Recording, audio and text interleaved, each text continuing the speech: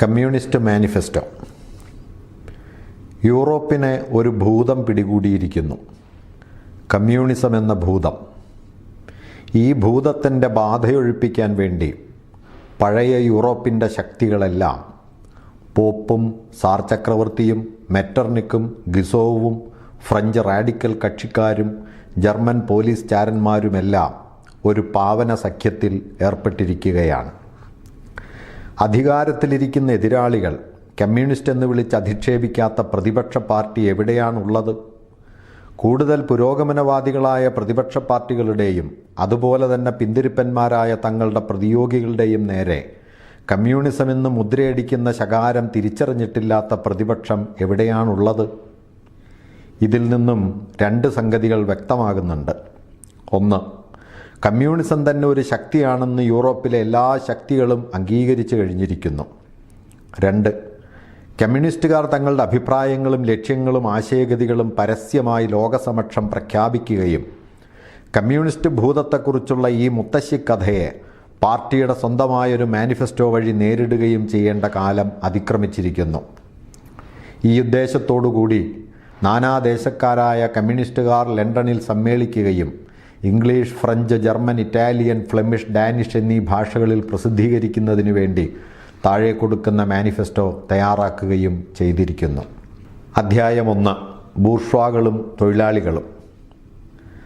നാളിതുവരെ നിലനിന്നിട്ടുള്ള എല്ലാ സമുദായങ്ങളുടെയും ചരിത്രം വർഗസമരങ്ങളുടെ ചരിത്രമാണ്. സ്വതന്ത്രനും അടിമയും, കുലീനനും മ്ലേച്ഛനും, ജന്മിയും അടിയാനും, ഗിൽഡ് മാസ്റ്ററും വേലക്കാരനും, ചുരുക്കി പറഞ്ഞാൽ മർദ്ദകനും മർദ്ദിതനും പരസ്പരം വൈരികളായി നിലകൊള്ളുകയും ചിലപ്പോൾ ഒളിഞ്ഞും ചിലപ്പോൾ തെളിഞ്ഞും ഇടതടവില്ലാതെ പോരാട്ടം നടത്തുകയും ചെയ്തു. സമുദായത്തിൻ്റെ ആകെ വിപ്ലവകരമായ പുനഃസംഘടനയിലോ മത്സരിക്കുന്ന വർഗങ്ങളുടെ പൊതുനാശത്തിലോ ആണ് ഈ പോരാട്ടം ഓരോ അവസരത്തിലും അവസാനിച്ചിട്ടുള്ളത്. ചരിത്രത്തിൻ്റെ ആദ്യ കാലഘട്ടങ്ങളിൽ വിവിധ ജാതികളായി സാമൂഹ്യ പദവിയുടെ ഒട്ടേറെ ഉച്ചനീച തട്ടുകളായി തരംതിരിക്കപ്പെട്ടതും സങ്കീർണവുമായ ഒരു സമുദായ സംവിധാനമാണ് ഏറെക്കുറെ എവിടെയും കാണുന്നത്. പൗരാണിക റോമിൽ കുലീനരും ക്ഷത്രിയരും മ്ലേച്ഛന്മാരും അടിമകളും ഉണ്ടായിരുന്നു. മധ്യയുഗത്തിലാകട്ടെ ഫ്യൂഡൽ പ്രഭുക്കന്മാരും മാടമ്പികളും ഗിൽഡ് മാസ്റ്റർമാരും അപ്രൻറ്റീസുകളും അടിയാന്മാരും ഉണ്ടായിരുന്നു. മിക്കവാറും ഈ എല്ലാ വർഗങ്ങളിലും വീണ്ടും പല പല അവാന്തര വിഭാഗങ്ങളും. ഫ്യൂഡൽ സമുദായത്തിൻ്റെ നഷ്ടാവശിഷ്ടങ്ങളിൽ നിന്നും മുളയെടുത്ത ഇന്നത്തെ ബൂർഷ്വാ സമുദായം വർഗവൈരങ്ങളെ ഇല്ലായ്മ ചെയ്തിട്ടില്ല. പഴയവയുടെ സ്ഥാനത്ത് പുതിയ വർഗങ്ങളെയും പുതിയ മർദ്ദനോപാധികളെയും പുതിയ സമരരൂപങ്ങളെയും പ്രതിഷ്ഠിക്കുക മാത്രമാണ് അത് ചെയ്തിട്ടുള്ളത്. എന്നാൽ നമ്മുടെ കാലഘട്ടത്തിന്, ബൂർഷ്വാസിയുടെ കാലഘട്ടത്തിന് ഈയൊരു അനന്യ സ്വഭാവമുണ്ട്. അത് വർഗവൈര്യങ്ങളെ കൂടുതൽ ലളിതമാക്കിയിരിക്കുന്നു. സമുദായമാകെ തന്നെ രണ്ട് ഗംഭീര ശത്രുപാളയങ്ങളായി, പരസ്പരം നേരിട്ട് അഭിമുഖമായി നിൽക്കുന്ന രണ്ട് വലിയ വർഗങ്ങളായി കൂടുതൽ കൂടുതൽ പിളർന്നുകൊണ്ടിരിക്കുകയാണ്. ബൂർഷ്വാസിയും തൊഴിലാളി വർഗവുമാണ് അവ. മധ്യയുഗത്തിലെ അടിയാളരിൽ നിന്ന് അതിപ്രാചീന കാലത്തെ പ്രത്യേക അധികാരാവകാശങ്ങളോടുകൂടിയ നഗരവാസികൾ ഉയർന്നു വന്നു. ഈ നഗരവാസികളിൽ നിന്നാണ് ബൂർഷ്വാസിയുടെ ആദ്യ ഘടകങ്ങൾ വളർന്നു വികസിച്ചത്. അമേരിക്കൻ വൻകര കണ്ടുപിടിച്ചതും ആഫ്രിക്കൻ മുനമ്പ് ചുറ്റാൻ കഴിഞ്ഞതും ഉയർന്നു വരുന്ന ബൂർഷ്വാസിക്ക് പുതിയ തുറകൾ തുറന്നുകൊടുത്തു. പൂർവേന്ത്യയിലെയും ചൈനയിലെയും കമ്പോളങ്ങൾ, അമേരിക്കയിലെ കുടിയേറിപ്പാർപ്പ്, കോളനികളുമായുള്ള കച്ചവടം, വിനിമയോപാധികളിലും വിൽപ്പനച്ചരക്കുകളിലും പൊതുവിലുണ്ടായ വർധന, ഇതെല്ലാം വ്യാപാരത്തിനും കപ്പൽ ഗതാഗതത്തിനും വ്യവസായത്തിനും മുമ്പൊരിക്കലും ഉണ്ടായിട്ടില്ലാത്ത വിധം പ്രചോദനം നൽകി. അത് അടിതകർന്നാടിയുലയുന്ന ഫ്യൂഡൽ സമുദായത്തിനകത്തുള്ള വിപ്ലവ ശക്തികളുടെ സത്വരമായ വികാസത്തിന് കാരണമായി തീർന്നു. ഫ്യൂഡലിസത്തിനു കീഴിൽ വ്യാവസായികോൽപാദനം അന്യർക്ക് പ്രവേശനമില്ലാത്ത ഗിൽഡുകളുടെ കുത്തകയായിരുന്നു. പുതിയ കമ്പോളങ്ങളുടെ വർദ്ധിച്ചു വരുന്ന ആവശ്യങ്ങൾ നിറവേറ്റാൻ ഈ സമ്പ്രദായം ഇപ്പോൾ അപര്യാപ്തമായി.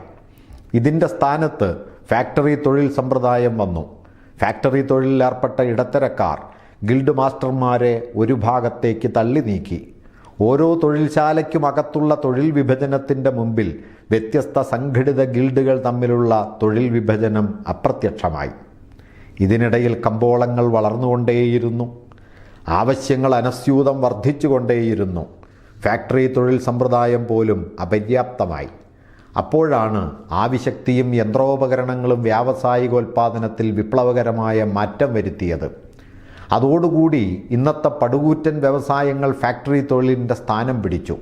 കോടീശ്വരന്മാരായ വ്യവസായ മേധാവികൾ, വ്യവസായ പടയുടെ ആകെ തന്നെ നേതാക്കന്മാർ, ആധുനിക ബൂർഷ്വാ വ്യവസായികളായ ഇടത്തരക്കാരുടെ സ്ഥാനവും. ആധുനിക വ്യവസായം ലോക കമ്പോളം സ്ഥാപിച്ചിരിക്കുന്നു. അമേരിക്ക കണ്ടുപിടിക്കപ്പെട്ടതാണ് അതിന് വഴിതെളിച്ചത്. ഈ കമ്പോളം വ്യാപാരത്തിനും കടൽമാർഗേണയും കരമാർഗേണയുമുള്ള ഗതാഗതത്തിനും വമ്പിച്ച വികസനം നൽകി. ഈ വികാസമാകട്ടെ വ്യവസായത്തിൻ്റെ വിപുലീകരണത്തെ സഹായിച്ചു. മാത്രമല്ല, വ്യവസായവും വ്യാപാരവും കപ്പൽ ഗതാഗതവും റെയിൽവേകളും വളർന്ന തോതിൽ തന്നെ ബൂർഷ്വാസിയും വളർന്നു. അതിൻ്റെ മൂലധനം പെരുകി. മധ്യയുഗത്തിൻ്റെ സന്തതികളായ എല്ലാ വർഗങ്ങളെയും അത് പിന്നാക്കം തള്ളി നീക്കി. അപ്പോൾ ഇന്നത്തെ ബൂർഷ്വാസി തന്നെ എങ്ങനെ ദീർഘകാലത്തെ വികാസത്തിൻ്റെ ഉൽപാദന വിനിമയ രീതികളിലുണ്ടായ വിപ്ലവ പരമ്പരകളുടെ സന്താനമാണെന്ന് നാം കാണുന്നു.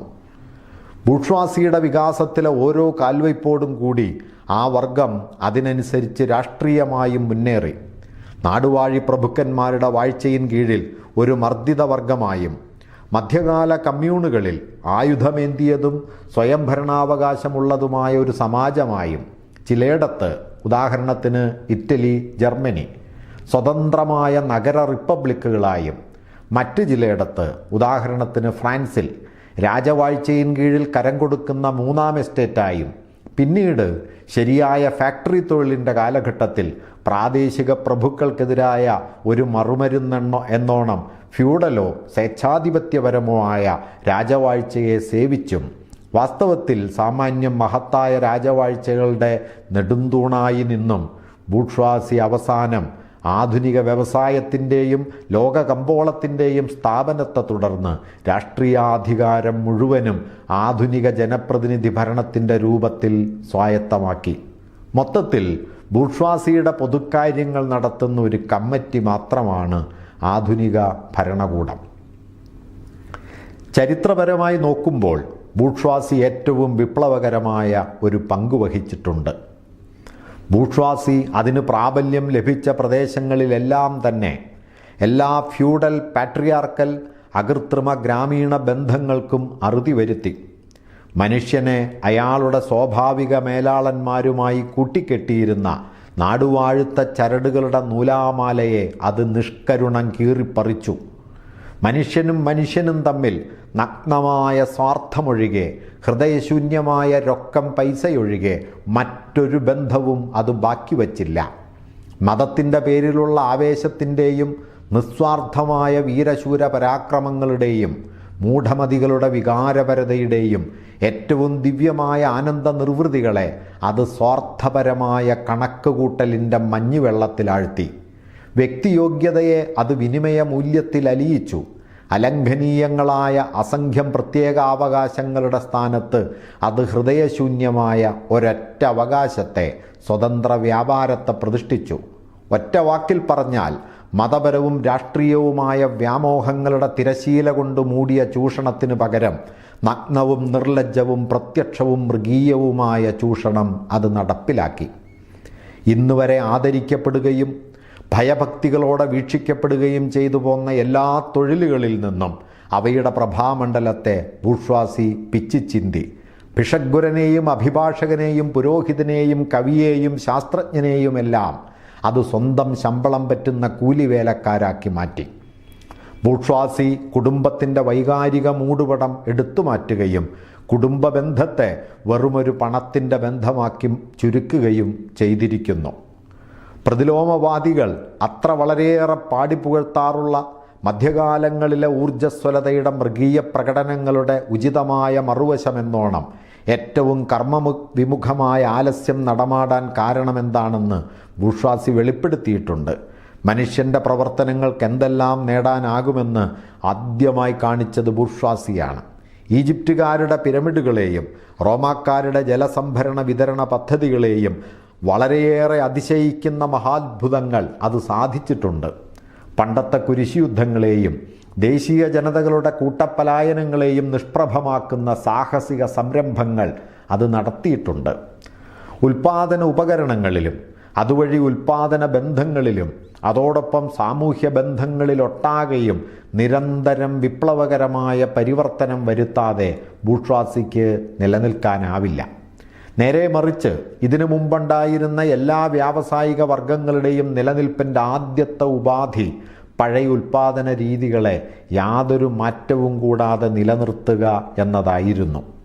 ഉൽപാദനത്തിൽ നിരന്തരമായ വിപ്ലവകരമായ പരിവർത്തനം, എല്ലാ സാമൂഹ്യോപാധികളെയും ഇടതടവില്ലാതെ ഇളക്കി മറിക്കൽ, ശാശ്വതമായ അനിശ്ചിതാവസ്ഥയും പ്രക്ഷോഭവും, ഇതെല്ലാം ബൂർഷ്വാ കാലഘട്ടത്തെ എല്ലാ പഴയ കാലഘട്ടങ്ങളിൽ നിന്നും വേർതിരിക്കുന്നു. ഉറച്ച് കട്ടപിടിച്ചതും നിശ്ചലവുമായ എല്ലാ ബന്ധങ്ങളും അവയുടെ കൂടപ്പിറപ്പായ പുരാതനവും ആദരണീയവുമായ മുൻവിധികളും അഭിപ്രായങ്ങളും തുടച്ചു നീക്കപ്പെടുന്നു. തൽസ്ഥാനത്ത് പുതുതായുണ്ടാകുന്നവയ്ക്ക് ഉറച്ച് കട്ടിയാവാൻ സമയം കിട്ടുന്നതിന് മുമ്പ് അവ പഴഞ്ചനായിത്തീരുന്നു. കട്ടിയായതെല്ലാം വായുവിൽ ഉരുകി ലയിക്കുന്നു, പരിശുദ്ധമായതെല്ലാം അശുദ്ധമായിത്തീരുന്നു. അങ്ങനെ അവസാനം മനുഷ്യൻ തൻ്റെ ജീവിതത്തിൻ്റെ യഥാർത്ഥ ഉപാധികളെയും സഹജീവികളുമായുള്ള തൻ്റെ ബന്ധങ്ങളെയും സമചിത്തതയോടെ നേരിടാൻ നിർബന്ധിതനാകുന്നു. ഉൽപ്പന്നങ്ങൾക്ക് അനുസ്യൂതം വിപുലപ്പെടുന്നൊരു കമ്പോളം കണ്ടുപിടിക്കേണ്ടതിൻ്റെ ആവശ്യം ബൂർഷ്വാസിയെ ഭൂമണ്ഡലമെങ്ങും ഓടിക്കുന്നു. അതിനെല്ലായിടത്തും കൂടുകെട്ടണം, എല്ലായിടത്തും പാർപ്പുറപ്പിക്കണം, എല്ലായിടത്തും ബന്ധങ്ങൾ സ്ഥാപിക്കണം. ലോക കമ്പോളത്തെ ചൂഷണം ചെയ്യുന്നതിലൂടെ ബൂർഷ്വാസി ഓരോ രാജ്യത്തിലെയും ഉൽപ്പാദനത്തിനും ഉപഭോഗത്തിനും ഒരു സാർവലൗകിക സ്വഭാവം നൽകിയിട്ടുണ്ട്. പ്രതിലോമവാദികളെ വളരെയേറെ വേദനിപ്പിച്ചുകൊണ്ട് വ്യവസായത്തിൻ്റെ കാൽക്കീഴിൽ നിന്ന് അത് നിലയുറപ്പിച്ചിരുന്ന ദേശീയ അടിത്തറയെ ബൂർഷ്വാസി വലിച്ചുമാറ്റി. എല്ലാ പരമ്പരാഗത ദേശീയ വ്യവസായങ്ങളെയും അത് നശിപ്പിച്ചു, അഥവാ പ്രതിദിനം നശിപ്പിച്ചുകൊണ്ടിരിക്കുകയാണ്. തൽസ്ഥാനം പുതിയ വ്യവസായങ്ങൾ ഏറ്റെടുക്കുന്നു. അവ ഏർപ്പെടുത്തേണ്ടത് എല്ലാ പരിഷ്കൃത രാജ്യങ്ങൾക്കും ഒരു ജീവൻ മരണ പ്രശ്നമായി തീരുന്നു. ഈ പുതിയ വ്യവസായങ്ങൾ ഉപയോഗിക്കുന്ന അസംസ്കൃത സാധനങ്ങൾ തദ്ദേശീയമല്ല, അതിവിദൂര ദേശങ്ങളിൽ നിന്ന് കൊണ്ടുവരുന്നവയാണ്. അവയുടെ ഉൽപ്പന്നങ്ങളാകട്ടെ അതാത് നാട്ടിൽ മാത്രമല്ല ലോകത്തിൻ്റെ ഏതു കോണിലും ഉപയോഗിക്കപ്പെടുന്നുമുണ്ട്. സ്വന്തം രാജ്യത്തെ ഉൽപ്പാദനം കൊണ്ട് നിറവേറിയിരുന്ന പഴയ ആവശ്യങ്ങളുടെ സ്ഥാനത്ത് വിദൂരസ്ഥങ്ങളായ രാജ്യങ്ങളിലെയും കാലാവസ്ഥകളിലെയും ഉൽപ്പന്നങ്ങൾ കൊണ്ട് മാത്രം തൃപ്തിപ്പെടാൻ കഴിയുന്ന പുതിയ ആവശ്യങ്ങൾ നാം കാണുന്നു. പ്രാദേശികവും ദേശീയവുമായ ഏകാന്തതയുടെയും സ്വയം പര്യാപ്തതയുടെയും സ്ഥാനത്ത് രാഷ്ട്രങ്ങൾ തമ്മിലുള്ള നാനാമുഖമായ വ്യാപാര ബന്ധങ്ങളും സാർവത്രികമായ പരസ്പരാശ്രയത്വവുമാണ് ഇന്നുള്ളത്. ഭൗതികോൽപാദനത്തിലെന്ന പോലെ ബുദ്ധിപരമായ ഉൽപാദനത്തിലും ഇതേ മാറ്റങ്ങളുണ്ടാകുന്നു. പ്രത്യേക രാഷ്ട്രങ്ങളുടെ ബുദ്ധിപരമായ സൃഷ്ടികൾ പൊതുസ്വത്തായിത്തീരുന്നു. ദേശീയമായ ഏകപക്ഷീയതയും സങ്കുചിത മനസ്ഥിതിയും അധികം അസാധ്യമാകുന്നു. ദേശീയവും പ്രാദേശികവുമായ നിരവധി സാഹിത്യങ്ങളിൽ നിന്ന് ഒരു വിശ്വസാഹിത്യം ഉയർന്നു വരുന്നു. എല്ലാ ഉൽപാദനോപകരണങ്ങളുടെയും അതിവേഗം മെച്ചപ്പെടുത്തിക്കൊണ്ടും ഗതാഗത സൗകര്യങ്ങൾ പരമാവധി വർദ്ധിപ്പിച്ചുകൊണ്ടും ബൂർഷ്വാസി എല്ലാ രാഷ്ട്രങ്ങളെയും ഏറ്റവും അപരിഷ്കൃതമായവയെപ്പോലും നാഗരികതയിലേക്ക് കൊണ്ടുവരുന്നു.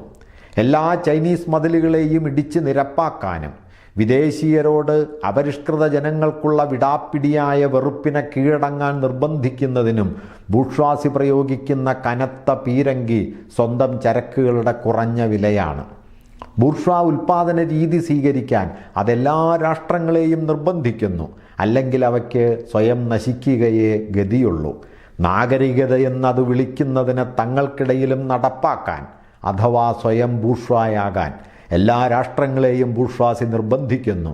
ഒറ്റ വാക്കിൽ പറഞ്ഞാൽ അത് സ്വന്തം പ്രതിച്ഛായയിലുള്ള ഒരു ലോകം സൃഷ്ടിക്കുന്നു. ബൂർഷ്വാസി നഗരങ്ങളുടെ വാഴ്ചയ്ക്ക് ഗ്രാമങ്ങളെ കീഴ്പ്പെടുത്തിയിരിക്കുന്നു. വമ്പിച്ച നഗരങ്ങൾ സൃഷ്ടിക്കുകയും ഗ്രാമീണ ജനതയെ അപേക്ഷിച്ച് നഗരങ്ങളിലെ ജനസംഖ്യ ഗണ്യമായി വർദ്ധിക്കുകയും ചെയ്തിരിക്കുന്നു. അങ്ങനെ ജനസംഖ്യയിൽ വലിയൊരു വിഭാഗത്തെ ഗ്രാമീണ ജീവിതത്തിൻ്റെ മൗഢ്യത്തിൽ നിന്ന് അത് രക്ഷിച്ചിരിക്കുന്നു.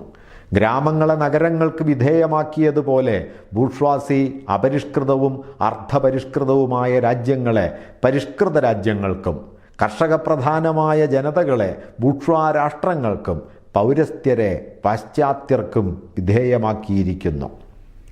ജനസംഖ്യയുടെയും ഉൽപാദനോപാധികളുടെയും സ്വത്തുക്കളുടെയും ഛിന്ന ഭിന്നാവസ്ഥയെ ബൂർഷ്വാസി കൂടുതൽ കൂടുതൽ ഇല്ലാതാക്കിക്കൊണ്ടിരിക്കുകയാണ്.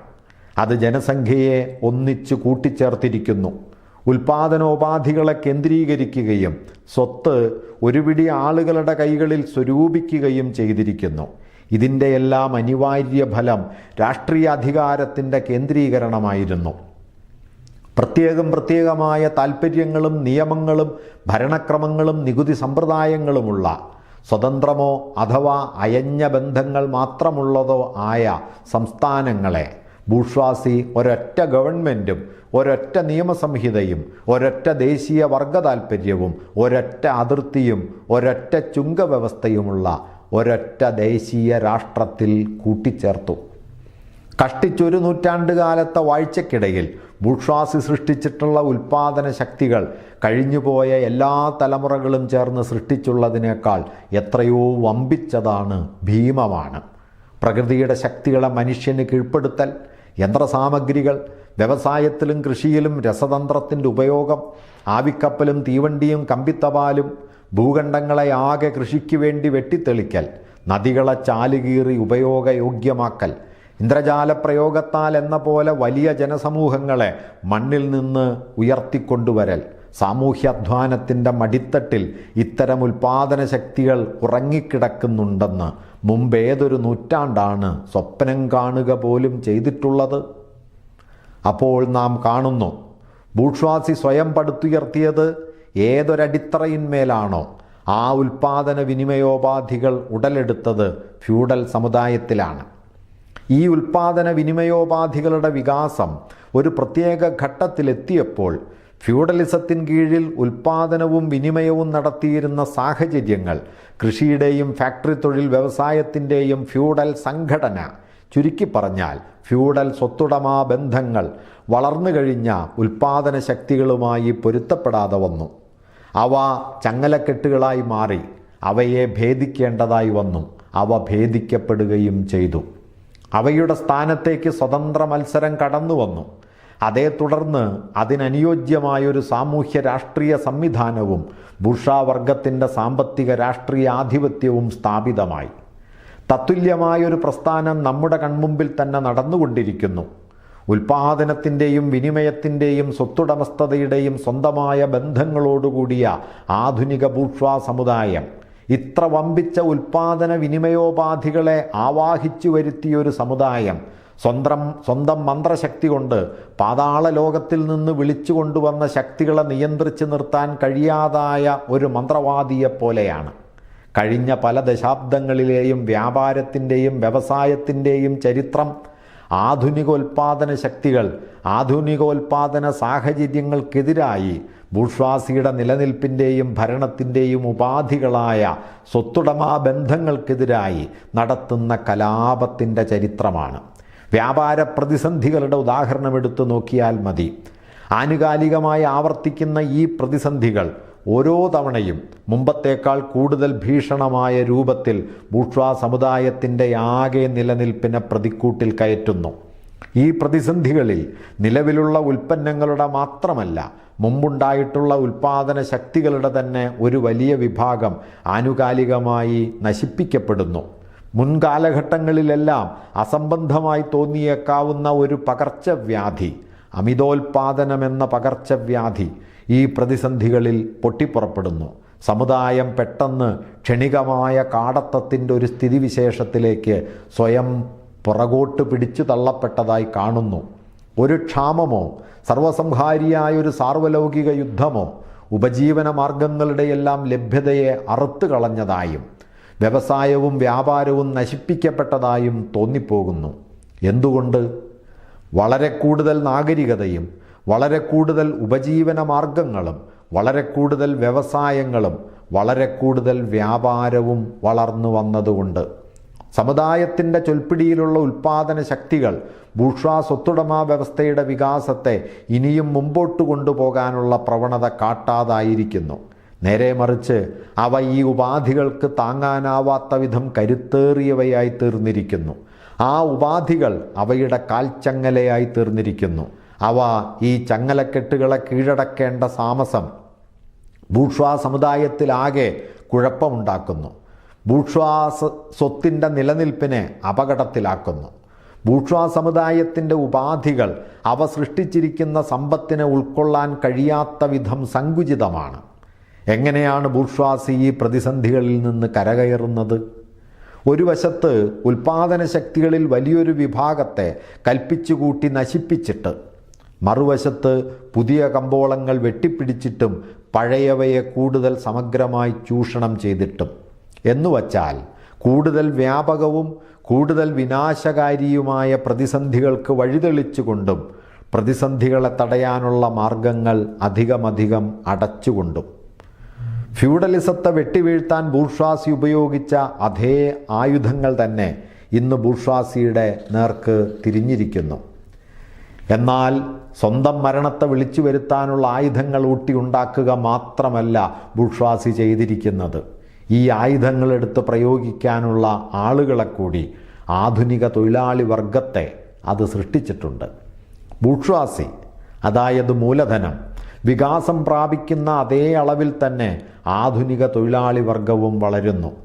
ജോലി കിട്ടാൻ കഴിയുന്ന കാലത്തോളം മാത്രം ജീവിക്കുകയും തങ്ങളുടെ അധ്വാനം മൂലധനത്തെ വർദ്ധിപ്പിക്കുന്ന കാലത്തോളം മാത്രം ജോലി കിട്ടുകയും ചെയ്യുന്ന പണിക്കാരുടെ ഒരു വർഗമാണ് തൊഴിലാളി വർഗം. ചില്ലറയായി സ്വയം വിൽക്കേണ്ടി വരുന്ന ഈ വേലക്കാർ മറ്റേതൊരു വ്യാപാര സാമഗ്രിയെയും പോലെ ഒരു ചരക്കാണ്. തൽഫലമായി മത്സരത്തിൻ്റെ എല്ലാ ഗതിവിഗതികൾക്കും കമ്പോളത്തിലെ എല്ലാ ചാഞ്ചാട്ടങ്ങൾക്കും അവർ ഇരയായിത്തീരുന്നു. വിപുലമായ തോതിൽ യന്ത്രങ്ങൾ ഉപയോഗിക്കുന്നതുകൊണ്ടും തൊഴിൽ വിഭജനം നിമിത്തവും തൊഴിലാളികളുടെ വേലയ്ക്ക് എല്ലാ വ്യക്തിത്വവും തൽഫലമായി തൊഴിലാളിയെ സംബന്ധിച്ചിടത്തോളം എല്ലാ ആകർഷകത്വവും നശിച്ചിരിക്കുന്നു. അവൻ യന്ത്രത്തിൻ്റെ വെറുമൊരു അനുബന്ധമായിത്തീരുന്നു. ഏറ്റവും ലളിതവും ഏറ്റവും മുഷിപ്പനും ഏറ്റവും എളുപ്പത്തിൽ നേടാവുന്നതുമായ സാമർഥ്യം മാത്രം അവനുണ്ടായാൽ മതി. അതുകൊണ്ടൊരു തൊഴിലാളിയുടെ ഉൽപ്പാദന ചെലവ് അവൻ്റെ നിലനിൽപ്പിനും വംശവർദ്ധനവിനും വേണ്ട ഉപജീവന മാർഗങ്ങളിൽ ഒട്ടുമുക്കാലും പൂർണ്ണമായി ഒതുങ്ങി നിൽക്കുന്നു. പക്ഷേ ഒരു ചരക്കിൻ്റെ വിലയും അതുകൊണ്ട് അധ്വാനത്തിൻ്റെ വിലയും അതിൻ്റെ ഉൽപ്പാദന ചെലവിന് സമമാണല്ലോ. അപ്പോൾ തൊഴിലിൻ്റെ അനാകർഷകത്വം എത്രത്തോളം വർദ്ധിക്കുന്നുവോ അതേ തോതിൽ കൂലി കുറയുന്നു. മാത്രവുമല്ല, യന്ത്രങ്ങളുടെ ഉപയോഗവും തൊഴിൽ വിഭജനവും വർദ്ധിക്കുന്ന തോതിൽ തന്നെ അധ്വാനത്തിൻ്റെ ഭാരവും കൂടി വരുന്നു. ഒന്നുകിൽ തൊഴിൽ സമയം നീട്ടിയിട്ട്, അല്ലെങ്കിൽ നിശ്ചിത സമയത്തിനുള്ളിൽ ഈടാക്കുന്ന അധ്വാനം വർദ്ധിപ്പിച്ചിട്ട്, അതുമല്ലെങ്കിൽ യന്ത്രങ്ങളുടെ വേഗത കൂട്ടിയിട്ട്, മറ്റ് പലതരത്തിലും. പാട്രിയാർക്കൽ യജമാനൻ്റെ ചെറിയ തൊഴിൽശാലയെ ആധുനിക വ്യാവസായിക മുതലാളിയുടെ കൂറ്റൻ ഫാക്ടറിയായി മാറ്റിയിരിക്കുന്നു. ഫാക്ടറിയിൽ തള്ളി നിറയ്ക്കപ്പെടുന്ന തൊഴിലാളികളെ പട്ടാളക്കാരെ പോലെയാണ് സംഘടിപ്പിച്ചിരിക്കുന്നത്. വ്യവസായ സൈന്യത്തിലെ സാധാരണ പടയാളികളായ ഇവരെ ഓഫീസർമാരുടെയും സാർജന്റുമാരുടെയും ഒരു പിശകറ്റ ശ്രേണി നിയന്ത്രിക്കുന്നു. അവർ ബൂർഷ്വാ വർഗത്തിൻ്റെയും ബൂർഷ്വാ സർക്കാരിൻ്റെയും മാത്രം അടിമകളല്ല. ഫാക്ടറിയിലെ യന്ത്രവും അവിടുത്തെ മേസ്ത്രിയും സർവോപരി ഫാക്ടറി ഉടമസ്ഥനായ മുതലാളി തന്നെയും അവരെ ഓരോ ദിവസവും ഓരോ മണിക്കൂറും അടിമപ്പെടുത്തുന്നു. ലാഭമാണ് സ്വന്തം പരമലക്ഷ്യമെന്ന് ഈ സ്വേച്ഛാധികാരം എത്രത്തോളം കൂടുതൽ പരസ്യമായി പ്രഖ്യാപിക്കുന്നുവോ അത്രത്തോളം അത് കൂടുതൽ ക്ഷുദ്രവും കൂടുതൽ ഗർഹണീയവും കൂടുതൽ തിക്തവുമായി തീരുന്നു. കായികാധ്വാനത്തിൽ ഉൾച്ചേർന്നിട്ടുള്ള സാമർഥ്യവും അത് ചെയ്യാനാവശ്യമായ കരുത്തും ചുരുങ്ങി വരും തോറും, അതായത് ആധുനിക വ്യവസായം കൂടുതൽ വികസിതമാകും തോറും പുരുഷന്മാർക്ക് പകരം സ്ത്രീകളെ കൊണ്ട് പണിയെടുപ്പിക്കുക എന്ന രീതി വർദ്ധിച്ചു വരുന്നു. തൊഴിലാളി വർഗത്തെ സംബന്ധിച്ചിടത്തോളം പ്രായവ്യത്യാസത്തിനോ സ്ത്രീ പുരുഷ ഭേദത്തിനോ യാതൊരു സവിശേഷമായ സാമൂഹ്യ സാധുതയും ഇല്ലാതായിത്തീരുന്നു. എല്ലാവരും അധ്വാനോപകരണങ്ങളാണ്. പ്രായഭേദമനുസരിച്ചും സ്ത്രീ പുരുഷ ഭേദമനുസരിച്ചും ചെലവ് കൂടുകയോ കുറയുകയോ ചെയ്യും എന്നു മാത്രം. വ്യവസായ മുതലാളിയുടെ അതുവരെയുള്ള ചൂഷണം അവസാനിക്കുകയും തൊഴിലാളികൾക്ക് അവരുടെ കൂലി റൊക്കം പണമായി കിട്ടുകയും ചെയ്യേണ്ട താമസം ബൂർഷ്വാസിയുടെ മറ്റു വിഭാഗങ്ങൾ, വീട്ടുടമസ്ഥനും ഷാപ്പുടമസ്ഥനും കുണ്ടികക്കാരനും മറ്റും അവൻ്റെ മേൽ ചാടി വീഴുകയായി. ചെറുകച്ചവടക്കാർ, ചെറിയ ഷോപ്പുടമസ്ഥർ, പൊതുവിൽ പറഞ്ഞാൽ ജോലിയിൽ നിന്നും പിരിഞ്ഞ ചെറുകിട വ്യാപാരികൾ, കൈവേലക്കാർ, കൃഷിക്കാർ തുടങ്ങി ഇടത്തരക്കാരിൽ തന്നെ കീഴേത്തട്ടിലുള്ളവരെല്ലാം ക്രമേണ തൊഴിലാളി വർഗമായി അധപ്പതിക്കുന്നു. കാരണം ഭാഗികമായി അവരുടെ ചുരുങ്ങിയ മൂലധനം ആധുനിക വ്യവസായം നടത്തിക്കൊണ്ടുപോകാൻ അപര്യാപ്തമാണ്. വൻകിട മുതലാളികളുമായുള്ള മത്സരത്തിൽ അത് മുങ്ങിപ്പോകുന്നു. ഭാഗികമായി പുതിയ ഉൽപ്പാദന രീതികൾ അവരുടെ പ്രത്യേക വൈദഗ്ധ്യത്തിന് വിലയില്ലാതാക്കിയിരിക്കുന്നു. ഇങ്ങനെ ജനസംഖ്യയിലെ എല്ലാ വിഭാഗങ്ങളിൽ നിന്നും തൊഴിലാളി വർഗത്തിലേക്ക് ആളുകൾ ചേർന്നുകൊണ്ടിരിക്കുന്നു. തൊഴിലാളി വർഗം വികാസത്തിൻ്റെ പല ഘട്ടങ്ങളിലൂടെ കടന്നു പോകുന്നു. ബൂർഷ്വാസിയുമായുള്ള സമരം അതിൻ്റെ പിറവിയോടുകൂടി ആരംഭിക്കുന്നു. ആദ്യമൊക്കെ ഈ പോരാട്ടം നടത്തുന്നത് തൊഴിലാളികൾ ഒറ്റയ്ക്കാണ്. പിന്നീട് ഒരു ഫാക്ടറിയിലെ തൊഴിലാളികളെല്ലാം ചേർന്നു. തുടർന്ന് ഒരു പ്രദേശത്തുള്ള ഒരു വ്യവസായത്തിലെ തൊഴിലാളികളെല്ലാം ചേർന്ന് തങ്ങളെ നേരിട്ട് ചൂഷണം ചെയ്യുന്ന മുതലാളിക്കെതിരായും, ഉൽപ്പാദനത്തിൻ്റെ ബൂർഷ്വാ സാഹചര്യങ്ങൾക്കെതിരായിട്ടല്ല, ഉൽപ്പാദന ഉപകരണങ്ങളുടെ നേർക്കാണ് അവർ അവരുടെ ആക്രമണം തിരിച്ചുവിടുന്നത്. തങ്ങളുടെ അധ്വാനവുമായി മത്സരിക്കുന്ന ഇറക്കുമതി സാധനങ്ങളെ അവർ നശിപ്പിക്കുന്നു. യന്ത്രങ്ങൾ തല്ലിത്തകർക്കുന്നു. ഫാക്ടറികൾ കൊള്ളിവെക്കുന്നു. മധ്യകാലത്തിലെ തൊഴിലാളിയുടെ മൺമറഞ്ഞ മാന്യസ്ഥാനം ബലാത്കാരമായി വീണ്ടെടുക്കാൻ അവർ ശ്രമിക്കുന്നു. ഈ ഘട്ടത്തിൽ തൊഴിലാളികൾ അപ്പോഴും രാജ്യമാകമാനം ചിന്നിച്ചിതറിക്കിടക്കുന്നതും അന്യോന്യമുള്ള കിടമത്സരത്താൽ പിളർന്നതുമായ കെട്ടുറപ്പില്ലാത്ത ഒരു കൂട്ടമാണ്. എവിടെയെങ്കിലും അവർ കൂടുതൽ ഭദ്രമായ സംഘങ്ങൾ ഉണ്ടാക്കാൻ ഏകോപിച്ചുവെങ്കിൽ അതിനിയും അവരുടെ സ്വന്തം സജീവ സഹകരണത്തിൻ്റെ ഫലമല്ല, നേരെ മറിച്ച് ബൂർഷ്വാസിയുടെ ഏകീകരണത്തിൻ്റെ ഫലമാണ്. കാരണം സ്വന്തം രാഷ്ട്രീയ ലക്ഷ്യങ്ങൾ നേടുന്നതിനു വേണ്ടി തൊഴിലാളി വർഗത്തെ ആകമാനം ഇളക്കിവിടാൻ ബൂർഷ്വാസി നിർബന്ധിതമാകുന്നു. അവർക്കപ്പോഴും അങ്ങനെ ചെയ്യാൻ കഴിയുകയും ചെയ്യുന്നു. അതുകൊണ്ട് ഈ ഘട്ടത്തിൽ തൊഴിലാളി വർഗം തങ്ങളുടെ ശത്രുക്കളോടല്ല, ശത്രുക്കളുടെ ശത്രുക്കളോടാണ്. സ്വേച്ഛാപ്രബുദ്ധപരമായ രാജവാഴ്ചയുടെ അവശിഷ്ടങ്ങളുടെയും വ്യവസായികളല്ലാത്ത ബൂർഷ്വാസിയുടെയും പെറ്റി ബൂർഷ്വാസിയുടെയും നേർക്കാണ് സമരം നടത്തുന്നത്. അങ്ങനെ ചരിത്രപരമായ പ്രസ്ഥാനമാകെ ബൂർഷ്വാസിയുടെ കൈകളിൽ കേന്ദ്രീകരിച്ചിരിക്കുന്നു. ആ സമരത്തിൽ നേടുന്ന ഓരോ വിജയവും ബൂർഷ്വാസിയുടെ വിജയമാണ്. പക്ഷേ വ്യവസായത്തിൻ്റെ വികാസത്തോടുകൂടി തൊഴിലാളി വർഗം എണ്ണത്തിൽ പെരുകുക മാത്രമല്ല ചെയ്യുന്നത്, കൂടുതൽ വലിയ സമൂഹങ്ങളിൽ കേന്ദ്രീകൃതമായി തീരുകയും അവരുടെ കരുത്ത് വളരുകയും ആ കരുത്തിനെപ്പറ്റി അവർക്ക് കൂടുതൽ ബോധമുണ്ടാവുകയും ചെയ്യുന്നു. യന്ത്രോപകരണങ്ങൾ തൊഴിലുകൾ തമ്മിലുള്ള വ്യത്യാസങ്ങളെ തേച്ചുമാച്ചു കളയുകയും മിക്കവാറും എല്ലായിടത്തും കൂലി നിരക്ക് ഒരേ താഴ്ന്ന നിലവാരത്തിലേക്ക് ചുരുക്കുകയും ചെയ്യുന്നതിനനുസരിച്ച് തൊഴിലാളി വർഗത്തിൻ്റെ അണികൾക്കുള്ളിലുള്ള വിവിധ താൽപ്പര്യങ്ങളും വ്യത്യസ്ത ജീവിത സാഹചര്യങ്ങളും അധികം സമീകരിക്കപ്പെടുന്നു. മുതലാളികൾ തമ്മിൽ മൂത്തുവരുന്ന കിടവത്സരവും തൽഫലമായ വ്യാപാര പ്രതിസന്ധികളും തൊഴിലാളികളുടെ കൂലി അധികം അസ്ഥിരമാക്കി തീർക്കുന്നു. അധികം വേഗത്തിൽ വികസിച്ചു കൊണ്ടിരിക്കുന്ന യന്ത്രോപകരണങ്ങളുടെ അവിരാമമായ അഭിവൃദ്ധി തൊഴിലാളികളുടെ ഉപജീവനത്തെ വർദ്ധമാനമായ അളവിൽ അപകടത്തിലാക്കുന്നു. മുതലാളിയും തൊഴിലാളിയും തമ്മിൽ ഒറ്റയ്ക്കൊറ്റയ്ക്കുണ്ടാവുന്ന സംഘട്ടനങ്ങൾ രണ്ട് വർഗങ്ങൾ തമ്മിലുള്ള സംഘട്ടനങ്ങളുടെ സ്വഭാവം അധികം കൈക്കൊള്ളുന്നു. അതോടെ തൊഴിലാളികൾ ബൂർഷ്വാസിക്കെതിരായി സംഘങ്ങൾ രൂപീകരിക്കാൻ തുടങ്ങുന്നു. കൂലി നിരക്ക് നിലനിർത്തുവാൻ വേണ്ടി അവർ ഒന്നിച്ചു ചേരുന്നു. ഇടയ്ക്കുണ്ടാകുന്ന ഈ കലാപങ്ങൾ നടത്താൻ മുൻകൂട്ടി എടുക്കുന്നതിന് വേണ്ടി അവർ സ്ഥിരം സംഘങ്ങൾ രൂപീകരിക്കുന്നു. ചിലയിടങ്ങളിൽ ഈ മത്സരങ്ങൾ ലഹളകളായി പൊട്ടിപ്പുറപ്പെടുന്നു. ചിലപ്പോൾ തൊഴിലാളികൾ വിജയിക്കും, പക്ഷേ തൽക്കാലത്തേക്ക് മാത്രം. അവർ നടത്തുന്ന പോരാട്ടങ്ങളുടെ യഥാർത്ഥ ഫലം കിടക്കുന്നത് അടിയന്തര നേട്ടങ്ങളിലല്ല, നേരെ മറിച്ച് തൊഴിലാളികളുടെ നിത്യേന വിപുലപ്പെടുന്ന യൂണിയനിലാണ്.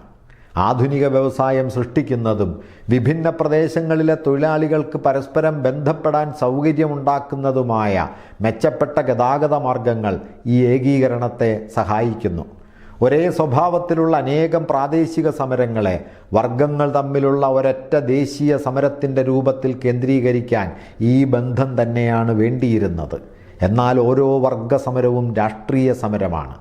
ദയനീയമായ പെരുവഴികളോടുകൂടിയ മധ്യയുഗത്തിൽ നഗരനിവാസികൾക്ക് ഇത്തരമൊരു ഏകീകരണം നേടാൻ നൂറ്റാണ്ടുകൾ വേണ്ടി വന്നപ്പോൾ ഇന്നത്തെ തൊഴിലാളി വർഗം റെയിൽവേയുടെ സഹായത്താൽ ഏതാനും കൊല്ലം കൊണ്ട് അത് നേടി. ഒരു വർഗമെന്ന നിലയ്ക്കും തന്മൂലം ഒരു രാഷ്ട്രീയ പാർട്ടി എന്ന നിലയ്ക്കുമുള്ള തൊഴിലാളികളുടെ ഈ സംഘടന തൊഴിലാളികൾക്കിടയിൽ തന്നെയുള്ള മത്സരം കാരണം തുടർച്ചയായി തകിടം മറിക്കപ്പെടുന്നു.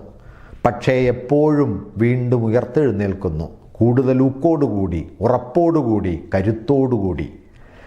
ബൂർഷ്വാസിക്കിടയിൽ തന്നെയുള്ള ഭിന്നിപ്പുകളെ ഉപയോഗിച്ചുകൊണ്ട് തൊഴിലാളികളുടെ ചില താൽപ്പര്യങ്ങൾക്ക് നിയമനിർമ്മാണം വഴി അംഗീകാരം നൽകാൻ അത് നിർബന്ധിക്കുന്നു. ഇങ്ങനെയാണ് ഇംഗ്ലണ്ടിൽ 10 മണിക്കൂർ ബിൽ, പ്രവൃത്തി സമയം 10 മണിക്കൂറായി ചുരുക്കുന്ന ബിൽ പാസ്സായത്. ആകപ്പാടെ നോക്കുമ്പോൾ പഴയ സമുദായത്തിലെ വർഗങ്ങൾ തമ്മിലുള്ള ഏറ്റുമുട്ടലുകൾ തൊഴിലാളി വർഗത്തിൻ്റെ വികാസഗതിയെ പല പ്രകാരത്തിലും സഹായിക്കുന്നു.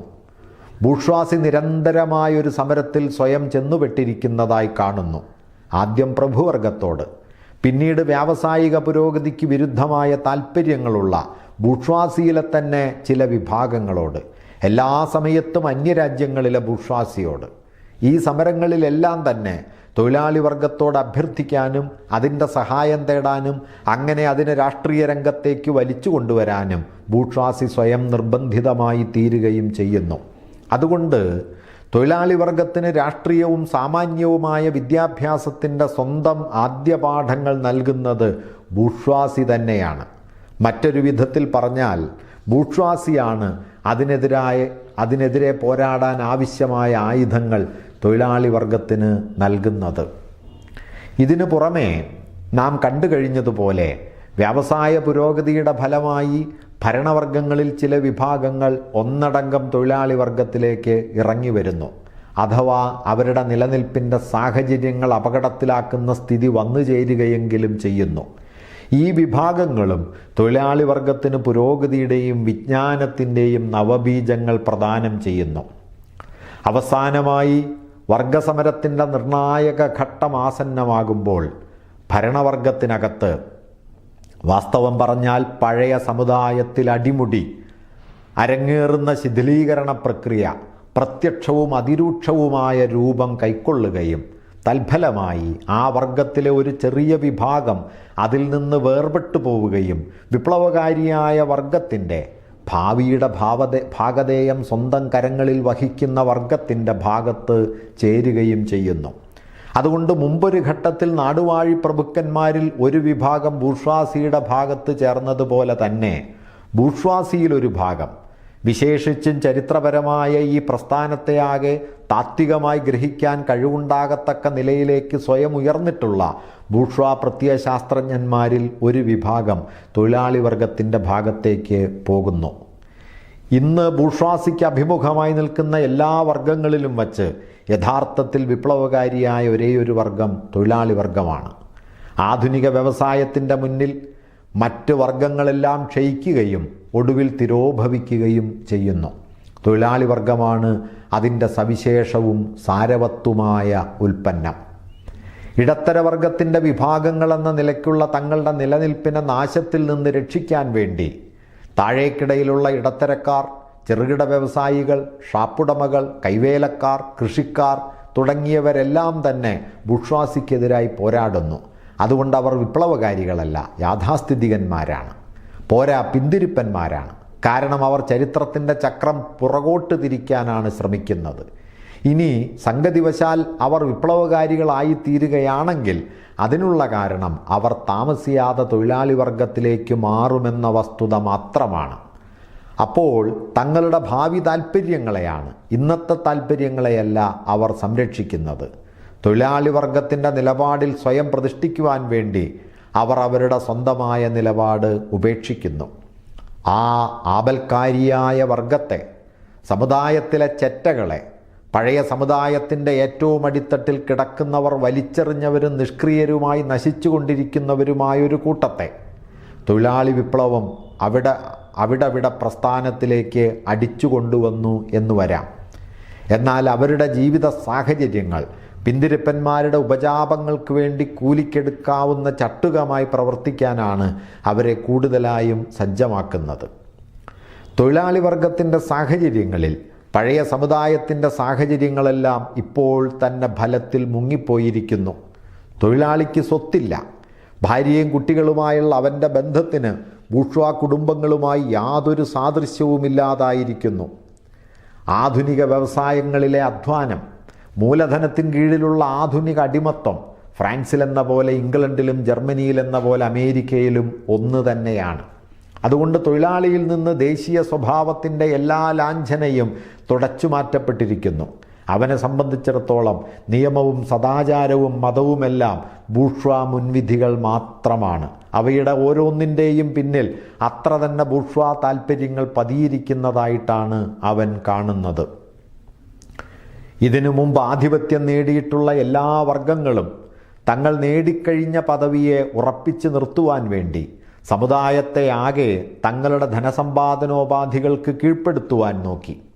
തങ്ങളുടെ സ്വന്തം പഴയ ധനസമ്പാദന രീതിയെയും തദ്വാര അതിനു മുമ്പുള്ള മറ്റെല്ലാ ധനസമ്പാദന രീതികളെയും നിർമ്മാർജ്ജനം ചെയ്യുന്നതിലൂടെയല്ലാതെ തൊഴിലാളി വർഗത്തിന് സമുദായത്തിൻ്റെ ഉൽപ്പാദന ശക്തികളുടെ നാഥന്മാരാകാൻ സാധിക്കുകയില്ല. നേടിയെടുക്കാനോ കാത്തുരക്ഷിക്കാനോ അവർക്ക് തങ്ങളുടേതായി യാതൊന്നും തന്നെയില്ല. വ്യക്തിപരമായ സ്വത്തിനു വേണ്ടിയുള്ള പഴയ എല്ലാ രക്ഷാവ്യവസ്ഥയെയും ഉറപ്പുകളെയും നശിപ്പിക്കുകയാണ് അവരുടെ ദൗത്യം. ഇതുവരെ ചരിത്രത്തിലുണ്ടായിട്ടുള്ള എല്ലാ പ്രസ്ഥാനങ്ങളും ന്യൂനപക്ഷങ്ങളുടേതോ ന്യൂനപക്ഷ താൽപ്പര്യങ്ങളുള്ളതോ ആയ പ്രസ്ഥാനങ്ങളായിരുന്നു. തൊഴിലാളി പ്രസ്ഥാനമാകട്ടെ ബഹുഭൂരിപക്ഷത്തിൻ്റെ താൽപ്പര്യത്തിന് വേണ്ടിയുള്ള, ബഹുഭൂരിപക്ഷത്തിൻ്റെ സ്വതന്ത്രവും ബോധപൂർവവുമായ പ്രസ്ഥാനമാണ്. തങ്ങളുടെ മുകളിലുള്ള ഔദ്യോഗിക സമുദായത്തിൻ്റെ എല്ലാ അട്ടികളെയും വായുവിലേക്ക് എടുത്തെറിയാതെ ഇന്നത്തെ സമുദായത്തിൻ്റെ ഏറ്റവും താഴ്ന്ന തട്ടായ തൊഴിലാളി വർഗത്തിന് അനങ്ങാനാവില്ല, സ്വയം എഴുന്നേൽക്കാനാവില്ല. തൊഴിലാളി വർഗം ബൂർഷ്വാസിക്കെതിരായി നടത്തുന്ന സമരം ഭാവത്തിലല്ലെങ്കിലും രൂപത്തിൽ ആദ്യം ഒരു ദേശീയ സമരമാണ്. ഓരോ നാട്ടിലെയും തൊഴിലാളി വർഗത്തിന് ആദ്യമായി സ്വന്തം ബൂർഷ്വാസിയുമായി കണക്ക് തീർക്കേണ്ടതുണ്ടല്ലോ. തൊഴിലാളി വർഗത്തിൻ്റെ വികാസത്തിലെ ഏറ്റവും സാമാന്യമായ ഘട്ടങ്ങളെ വിവരിക്കുന്ന അവസരത്തിൽ ഇന്നത്തെ സമുദായത്തിനകത്ത് നീറിപ്പിടിച്ചുകൊണ്ടിരിക്കുന്നതും ഏറെക്കുറെ തെളിഞ്ഞതുമായ ആഭ്യന്തര യുദ്ധത്തെ, അതൊരു തുറന്ന വിപ്ലവമായി പൊട്ടിപ്പുറപ്പെടുന്ന ഘട്ടം വരെ ബൂർഷ്വാസിയെ ബലാത്കാരേണ അട്ടിമറിക്കുന്നതിലൂടെ തൊഴിലാളി വർഗത്തിൻ്റെ ആധിപത്യത്തിനുള്ള അടിത്തറയിടുകയെന്ന ഘട്ടം വരെ നാം വരച്ചു കാണിച്ചു കഴിഞ്ഞു.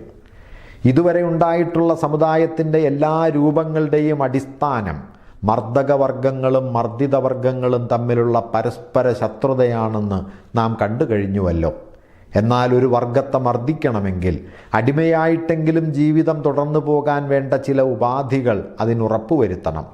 അടിയായ്മയുടെ കാലഘട്ടത്തിൽ അടിയാൻ നഗരസഭാംഗമായി സ്വയം ഉയർന്നു. അതുപോലെ ഫ്യൂഡൽ സ്വേച്ഛാപ്രഭുത്വത്തിൻ്റെ നുകത്തിൻ കീഴിൽ പെറ്റി ബൂർഷ്വായ്ക്ക് ബൂർഷ്വായായി വളരാൻ കഴിഞ്ഞു. നേരെ മറിച്ച് ഇന്നത്തെ തൊഴിലാളിയാകട്ടെ വ്യവസായം പുരോഗമിക്കുന്നതിനോടൊപ്പം ഉയരുന്നതിന് പകരം സ്വന്തം വർഗത്തിൻ്റെ ജീവിത സാഹചര്യങ്ങളിൽ നിന്ന് പോലും അധികമധികം അധപ്പതിക്കുകയാണ് ചെയ്യുന്നത്. അവൻ പാപ്പരായിത്തീരുന്നു. ജനസംഖ്യയെക്കാളും സമ്പത്തിനേക്കാളും എത്രയോ കൂടുതൽ വേഗത്തിൽ പാപ്പരത്വം വളരുന്നു. മേലിൽ സമുദായത്തിലെ ഭരണവർഗമായി നിലനിൽക്കാനും അതിൻ്റെ ജീവിതോപാധികളെ ഒരു പരമോന്നത നിയമമെന്നോണം സമുദായത്തിൻ്റെ മേൽ അടിച്ചേൽപ്പിക്കുവാനും ബൂർഷ്വാസിക്ക് യോഗ്യതയില്ലെന്ന് അങ്ങനെ തെളിയുന്നു. അതിന് ഭരിക്കാൻ അർഹതയില്ല. കാരണം അതിൻ്റെ അടിമയ്ക്ക് ആ അടിമത്തത്തിന് കീഴിൽ പോലും ഉപജീവനത്തിന് ഉറപ്പ് നൽകാൻ അതിന് കഴിവില്ല. അടിമ ബൂർഷ്വാസിയെ തീറ്റിപ്പോറ്റുന്നതിന് പകരം അടിമയെ തീറ്റിപ്പോറ്റേണ്ടി വരുന്ന ഗതികേടാണ് ബൂർഷ്വാസിക്ക് വന്നു ചേർന്നിട്ടുള്ളത്. അത്രയും ആഴത്തിലേക്ക് ആണ്ടുപോകുന്നതിനെ തടഞ്ഞു നിർത്താൻ ബൂർഷ്വാസിക്ക് സാധിക്കാതായിരിക്കുന്നു. ഈ ബൂർഷ്വാസിയുടെ കീഴിൽ സമുദായത്തിന് ജീവിക്കാൻ ഇനി സാധ്യമല്ല. മറ്റൊരു വിധത്തിൽ പറഞ്ഞാൽ അവൻ്റെ നിലനിൽപ്പ് സമുദായവുമായി പൊരുത്തപ്പെടാതായി കഴിഞ്ഞു. ബൂർഷ്വാസിയുടെ നിലനിൽപ്പിനും ആധിപത്യത്തിനുമുള്ള അനുപേക്ഷണീയമായ ഉപാധി മൂലധനത്തിൻ്റെ രൂപീകരണവും വർധനവുമാണ്. മൂലധനത്തിൻ്റെ ഉപാധിയാകട്ടെ കൂലിവേലയും. കൂലിവേല തൊഴിലാളികൾക്കിടയിലുള്ള മത്സരത്തെ മാത്രമാണ് ആശ്രയിച്ചിരിക്കുന്നത്. വ്യവസായത്തിൻ്റെ മുന്നേറ്റം ഇതിനെ അറിയാതെ പ്രോത്സാഹിപ്പിക്കുന്നത് ബൂർഷ്വാസിയാണ്. ആ മുന്നേറ്റം മത്സരം നിമിത്തമായ തൊഴിലാളികളുടെ തമ്മിലുള്ള അകൽച്ചയുടെ സ്ഥാനത്ത് സഹകരണത്തിൻ്റെ ഫലമായുളവാകുന്ന വിപ്ലവകരമായ കൂട്ടുകെട്ടിനെ കൊണ്ടുവരുന്നു. അതുകൊണ്ട് ബൂർഷ്വാസി ഉൽപ്പാദിപ്പിക്കുകയും ഉൽപ്പന്നങ്ങൾ സ്വായത്തമാക്കുകയും ചെയ്യുന്നതിൻ്റെ അടിസ്ഥാനത്തെ തന്നെ ആധുനിക വ്യവസായത്തിൻ്റെ വികാസം തട്ടിമാറ്റുന്നു. അതുകൊണ്ട് ബൂർഷ്വാസി സൃഷ്ടിക്കുന്നത് സർവോപരി അതിൻ്റെ സ്വന്തം ശവക്കുഴി തോണ്ടുന്നവരെയാണ്. അതിൻ്റെ പതനവും തൊഴിലാളി വർഗത്തിൻ്റെ വിജയവും ഒരുപോലെ അനിവാര്യമാണ്. അധ്യായം 2. തൊഴിലാളികളും കമ്മ്യൂണിസ്റ്റുകാരും. മൊത്തത്തിൽ തൊഴിലാളികളുമായുള്ള ബന്ധത്തിൽ കമ്മ്യൂണിസ്റ്റുകാർ എവിടെ നിൽക്കുന്നു? മറ്റ് തൊഴിലാളി വർഗ പാർട്ടികൾക്കെതിരായ ഒരു പ്രത്യേക പാർട്ടിയായല്ല കമ്മ്യൂണിസ്റ്റുകാർ നിലകൊള്ളുന്നത്. തൊഴിലാളി വർഗത്തിൻ്റെ ഒട്ടാകെ താൽപ്പര്യങ്ങളിൽ നിന്ന് വിഭിന്നവും വ്യത്യസ്തവുമായ യാതൊരു താൽപ്പര്യവും അവർക്കില്ല. തൊഴിലാളി വർഗ പ്രസ്ഥാനത്തെ രൂപപ്പെടുത്തുന്നതിനും വാർക്കുന്നതിനും ഏതെങ്കിലും വിഭാഗീയ തത്വങ്ങൾ അവർ സ്ഥാപിക്കുന്നില്ല. കമ്മ്യൂണിസ്റ്റുകാരെ മറ്റ് തൊഴിലാളി വർഗ പാർട്ടികളിൽ നിന്ന് വേർതിരിക്കുന്നത് ഇതുമാത്രമാണ്. 1. വിവിധ രാജ്യങ്ങളിലുള്ള തൊഴിലാളികളുടെ ദേശീയ സമരങ്ങളിൽ ദേശഭേദം നോക്കാതെ തൊഴിലാളി വർഗത്തിൻ്റെ ആകമാനമുള്ള പൊതു താൽപ്പര്യങ്ങളെ അവർ ചൂണ്ടിക്കാണിക്കുകയും മുന്നോട്ട് കൊണ്ടുവരികയും ചെയ്യുന്നു. 2. ബൂർഷ്വാസിക്കെതിരായി തൊഴിലാളി വർഗം നടത്തുന്ന സമരത്തിൻ്റെ വിവിധ ഘട്ടങ്ങളിൽ പ്രസ്ഥാനത്തിൻ്റെ ഒട്ടാകെയുള്ള താൽപ്പര്യങ്ങളെ എന്നും അവർ പ്രതിനിധാനം ചെയ്യുന്നു. അതുകൊണ്ട് ഒരു വശത്ത് കമ്മ്യൂണിസ്റ്റുകാർ പ്രായോഗികമായി ഏതൊരു രാജ്യത്തും തൊഴിലാളി വർഗ പാർട്ടികളിൽ വച്ച് ഏറ്റവും മുന്നണിയിൽ നിൽക്കുന്നതും ഏറ്റവും നിശ്ചയദാർഢ്യമുള്ളതും മറ്റുള്ളവരെയെല്ലാം മുന്നോട്ട് തള്ളി നീക്കുന്നതുമായ ഒരു വിഭാഗമാണ്. മറുവശത്താകട്ടെ താത്വികമായി തൊഴിലാളി ബഹുജനങ്ങൾക്കില്ലാത്ത മെച്ചം അവർക്കുണ്ട്. തൊഴിലാളി വർഗ പ്രസ്ഥാനത്തിൻ്റെ മുന്നോട്ടു പോകാനുള്ള വഴി, ഉപാധികൾ, പരമമായ പൊതുഫലങ്ങൾ എന്നിവയെപ്പറ്റി അവർക്ക് വ്യക്തമായ ധാരണയുണ്ട്. കമ്മ്യൂണിസ്റ്റുകാരുടെ അടിയന്തര ലക്ഷ്യം മറ്റെല്ലാ തൊഴിലാളി വർഗ പാർട്ടികൾക്കുമുള്ള ലക്ഷ്യം തന്നെയാണ്. അതായത് തൊഴിലാളികളെ ഒരു വർഗമായി സംഘടിപ്പിക്കുക, ബൂർഷ്വാ മേൽക്കോയ്മയെ മറിച്ചിടുക, തൊഴിലാളി വർഗം രാഷ്ട്രീയ അധികാരം പിടിച്ചുപറ്റുക. കമ്മ്യൂണിസ്റ്റുകാരുടെ താത്വിക നിഗമനങ്ങൾ സർവ്വലോക പരിഷ്കർത്താവാകാൻ ആഗ്രഹിക്കുന്ന ഏതെങ്കിലും ഒരാൾ കൽപ്പിച്ചുണ്ടാക്കിയതോ കണ്ടുപിടിച്ചതോ ആയ ആശയങ്ങളെയോ പ്രമാണങ്ങളെയോ ആസ്പദമാക്കിയുള്ളവയല്ല. നിലവിലുള്ള ഒരു വർഗ സമരത്തിൽ നിന്ന്, നമ്മുടെ കൺമുമ്പിൽ നടക്കുന്ന ചരിത്രപരമായൊരു പ്രസ്ഥാനത്തിൽ നിന്ന് പൊന്തി വരുന്ന യഥാർത്ഥ ബന്ധങ്ങൾക്ക് സാമാന്യ രൂപം നൽകുകയാണ് ആ നിഗമനങ്ങൾ ചെയ്യുന്നത്. നിലവിലുള്ള സ്വത്തുടമാ ബന്ധങ്ങളെ അവസാനിപ്പിക്കുക എന്നത് കമ്മ്യൂണിസത്തിൻ്റെ ഒരു പ്രത്യേക സ്വഭാവ വിശേഷമൊന്നുമല്ല. ചരിത്രപരമായ സ്ഥിതിഗതികളിൽ മാറ്റം വരുന്നതിൻ്റെ ഫലമായി എല്ലാ സ്വത്തുടമാ ബന്ധങ്ങളും കഴിഞ്ഞ കാലത്ത് തുടർച്ചയായി ചരിത്രപരമായ മാറ്റത്തിന് വിധേയമായിട്ടുണ്ട്. ഉദാഹരണത്തിന് ഫ്രഞ്ച് വിപ്ലവം ബൂർഷ്വാ സ്വത്തിനു വേണ്ടി ഫ്യൂഡൽ സ്വത്തിനെ ഉച്ചാടനം ചെയ്തു. പൊതുവിൽ സ്വത്തില്ലാതാക്കുകയല്ല, ബൂർഷ്വാ സ്വത്ത് ഇല്ലാതാക്കുകയാണ് കമ്മ്യൂണിസത്തിൻ്റെ സവിശേഷ സ്വഭാവം. എന്നാൽ വർഗവൈര്യങ്ങളുടെ കുറച്ചുപേർ വളരെ പേരെ ചൂഷണം ചെയ്യുന്നതിൻ്റെ അടിസ്ഥാനത്തിൽ ഉൽപ്പാദനം നടത്തുകയും ഉൽപ്പന്നങ്ങൾ സ്വായത്തമാക്കുകയും ചെയ്യുക എന്ന സമ്പ്രദായത്തിൻ്റെ ഏറ്റവും പൂർണ്ണവും അന്തിമവുമായ രൂപമാണ് ആധുനിക ബൂർഷ്വാ സ്വകാര്യ സ്വത്ത്. ഈ അർത്ഥത്തിൽ കമ്മ്യൂണിസ്റ്റുകാരുടെ സിദ്ധാന്തത്തെ ഒരൊറ്റ വാചകത്തിൽ ഇങ്ങനെ ചുരുക്കി പറയാം: സ്വകാര്യ സ്വത്ത് ഇല്ലാതാക്കൽ. ഒരാൾക്ക് സ്വന്തം പ്രയത്നത്തിൻ്റെ ഫലം എന്ന നിലയിൽ സ്വന്തമായി സ്വത്ത് സമ്പാദിക്കാനുള്ള അവകാശത്തെ വ്യക്തിപരമായ എല്ലാ സ്വാതന്ത്ര്യത്തിൻ്റെയും പ്രവർത്തനങ്ങളുടെയും സ്വാശ്രയത്വത്തിൻ്റെയും അടിത്തറയാണ് ഈ സ്വത്തെന്ന് പറയുന്നു. അത് നശിപ്പിക്കാൻ ആഗ്രഹിക്കുന്നു എന്ന് കമ്മ്യൂണിസ്റ്റുകാരായ ഞങ്ങളെ കുറ്റപ്പെടുത്താറുണ്ട്. കഷ്ടപ്പെട്ട് നേടിയ, സ്വയമാർജിച്ച, സ്വന്തമായി സമ്പാദിക്കുന്ന സ്വത്തിൻ്റെ ബൂർഷ്വാരൂപത്തിനു മുമ്പുണ്ടായിരുന്ന ചെറിയ കൈവേലക്കാരൻ്റെയും ചെറുകർഷകൻ്റെയും സ്വത്തിനെ പറ്റിയാണോ നിങ്ങൾ പറയുന്നത്? അത് നശിപ്പിക്കേണ്ട ആവശ്യമില്ല. വ്യവസായത്തിൻ്റെ വികാസം അതിനെ ഒരു വലിയ പരിധിവരെ നശിപ്പിച്ച് കഴിഞ്ഞിരിക്കുന്നു. ദിനംപ്രതി ഇന്നും നശിപ്പിച്ചു വരികയുമാണ്. അതോ ആധുനിക ബൂർഷ്വാ സ്വകാര്യ സ്വത്തിനെ പറ്റിയാണോ നിങ്ങൾ പറയുന്നത്? പക്ഷേ കൂലിവേല തൊഴിലാളികൾക്ക് വല്ല സ്വത്തും ഉണ്ടാക്കി കൊടുക്കുന്നുണ്ടോ? ഇല്ല, ഒട്ടുമില്ല. അതുണ്ടാക്കുന്നത് മൂലധനമാണ്. കൂലിവേലയെ ചൂഷണം ചെയ്യുന്നതും പുതുതായി ചൂഷണം ചെയ്യാൻ പുതിയ കൂലിവേലക്കാരെ ഉൽപ്പാദിപ്പിക്കുന്നതിൻ്റെ അടിസ്ഥാനത്തിൽ മാത്രം വർദ്ധിക്കുന്നതുമായ ഒരുതരം സ്വത്താണത്. മൂലധനവും കൂലിവേലയും തമ്മിലുള്ള വൈരത്തെ ആശ്രയിച്ചാണ് ഇന്നത്തെ രൂപത്തിലുള്ള സ്വത്ത് നിൽക്കുന്നത്. നമുക്ക് ഈ വൈരത്തിൻ്റെ ഇരുവശവും ഒന്ന് പരിശോധിച്ച് നോക്കാം. ഒരു മുതലാളിയാവുക എന്ന് വച്ചാൽ ഉൽപ്പാദനത്തിൽ വെറും വ്യക്തിപരമായി മാത്രമല്ല, സാമൂഹ്യമായി കൂടി ഒരു പദവി ഉണ്ടാവുക എന്നർത്ഥമാണ്. മൂലധനം ഒരു സാമൂഹ്യോൽപ്പന്നമാണ്. വളരെ പേർ ഏകോപിച്ച് പ്രവർത്തിച്ചാൽ മാത്രമേ പോരാ, അവസാനത്തെ അപഗ്രഥനത്തിൽ സമുദായത്തിലെ അംഗങ്ങളെല്ലാം ചേർന്ന് പ്രവർത്തിച്ചാൽ മാത്രമേ അതിനെ ചലിപ്പിക്കാൻ സാധിക്കൂ. അതുകൊണ്ട് മൂലധനം വ്യക്തിപരമായൊരു ശക്തിയല്ല, ഒരു സാമൂഹ്യ ശക്തിയാണ്. അതുകൊണ്ട് മൂലധനത്തെ പൊതുസ്വത്താക്കി സമുദായത്തിലെ എല്ലാ അംഗങ്ങളുടെയും സ്വത്താക്കി മാറ്റുമ്പോൾ വ്യക്തിപരമായ സ്വത്ത് തന്മൂലം സമുദായത്തിൻ്റെ സ്വത്തായി മാറുന്നില്ല. സ്വത്തിൻ്റെ സാമൂഹ്യ സ്വഭാവത്തിന് മാത്രമേ മാറ്റം വരുന്നുള്ളൂ. സ്വത്തിന് അതിൻ്റെ വർഗ സ്വഭാവം ഇല്ലാതാകുന്നു. ഇനി നമുക്ക് കൂലിവേലയുടെ കാര്യമെടുക്കാം. കൂലിവേലയുടെ ശരാശരി വില ഏറ്റവും ചുരുങ്ങിയ കൂലിയാണ്. അതായത് ഒരു തൊഴിലാളിയെ തൊഴിലാളി എന്ന നിലയ്ക്ക് കഷ്ടിച്ച് നിലനിർത്താൻ കേവലം ആവശ്യമായ ഉപജീവനാംശമാണ്.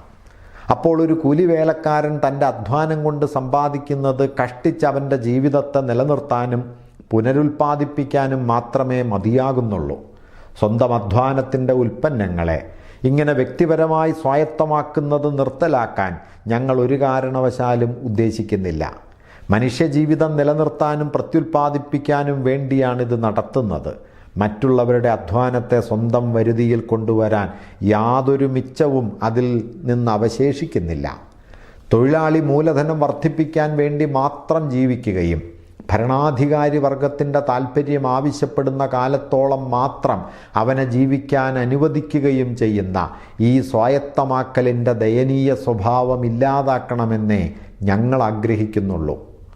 ബൂർഷ്വാ സമുദായത്തിൽ ജീവിക്കുന്ന അധ്വാനം സംഭൃതമായ അധ്വാനത്തെ വർദ്ധിപ്പിക്കാനുള്ള ഒരു ഉപായം മാത്രമാണ്. കമ്മ്യൂണിസ്റ്റ് സമുദായത്തിലാകട്ടെ സംഭൃതമായ അധ്വാനം തൊഴിലാളിയുടെ ജീവിതത്തെ വിശാലമാക്കാനും സമ്പുഷ്ടമാക്കാനും വികസിപ്പിക്കാനുമുള്ള ഒരു ഉപായമാണ്. അതുകൊണ്ട് ബൂർഷ്വാ സമുദായത്തിൽ ഭൂതകാലം വർത്തമാനത്തെ ഭരിക്കുന്നു. കമ്മ്യൂണിസ്റ്റ് സമുദായത്തിലാകട്ടെ വർത്തമാനം ഭൂതകാലത്തെ ഭരിക്കുന്നു. ബൂർഷ്വാ സമുദായത്തിൽ മൂലധനം സ്വതന്ത്രമാണ്, അതിന് വ്യക്തിത്വമുണ്ട്. അതേസമയം ജീവിക്കുന്ന മനുഷ്യൻ പരാശ്രയനാണ്, അവന് യാതൊരു വ്യക്തിത്വവുമില്ല. ഈ സ്ഥിതിവിശേഷത്തെ നിർമ്മാർജ്ജനം ചെയ്യുന്നത് വ്യക്തിത്വത്തെ നശിപ്പിക്കലാണെന്നും സ്വാതന്ത്ര്യത്തെ നശിപ്പിക്കലാണെന്നും പറഞ്ഞ് ബൂർഷ്വാസി അധിക്ഷേപിക്കുന്നു. അത് ശരിയാണ്. ബൂർഷ്വാ വ്യക്തിത്വവും ബൂർഷ്വാ സ്വാതന്ത്ര്യവും ബൂർഷ്വാ സ്വാശ്രയത്വവും നശിപ്പിക്കുക തന്നെയാണ് ലക്ഷ്യം. നിലവിലുള്ള ബൂർഷ്വാ ഉൽപ്പാദന സാഹചര്യങ്ങളിൽ സ്വാതന്ത്ര്യത്തിൻ്റെ അർത്ഥം സ്വതന്ത്ര വ്യാപാരം എന്നാണ്, സ്വതന്ത്രമായ ക്രയവിക്രയം എന്നാണ്. എന്നാൽ ക്രയവിക്രയം തിരോഭവിക്കുമ്പോൾ സ്വതന്ത്രമായ ക്രയവിക്രയവും തിരോധാനം ചെയ്യുന്നു. സ്വതന്ത്രമായ ക്രയവിക്രയത്തെക്കുറിച്ചുള്ള ഈ പറച്ചിലിനും പൊതുവിൽ സ്വാതന്ത്ര്യത്തെ സംബന്ധിച്ചുള്ള നമ്മുടെ ബൂർഷ്വാസിയുടെ മറ്റെല്ലാ വീമ്പുകൾക്കും വല്ല അർത്ഥവുമുണ്ടെങ്കിൽ ഉള്ളത് മധ്യകാലത്തെ കൂച്ചുവിലങ്ങിട്ട വ്യാപാരികളുടെയും കടിഞ്ഞാണിട്ട് പിടിച്ച ക്രയവിക്രയത്തിൻ്റെയും സ്ഥിതിയുമായി തട്ടിച്ചു നോക്കുമ്പോൾ മാത്രമാണ്.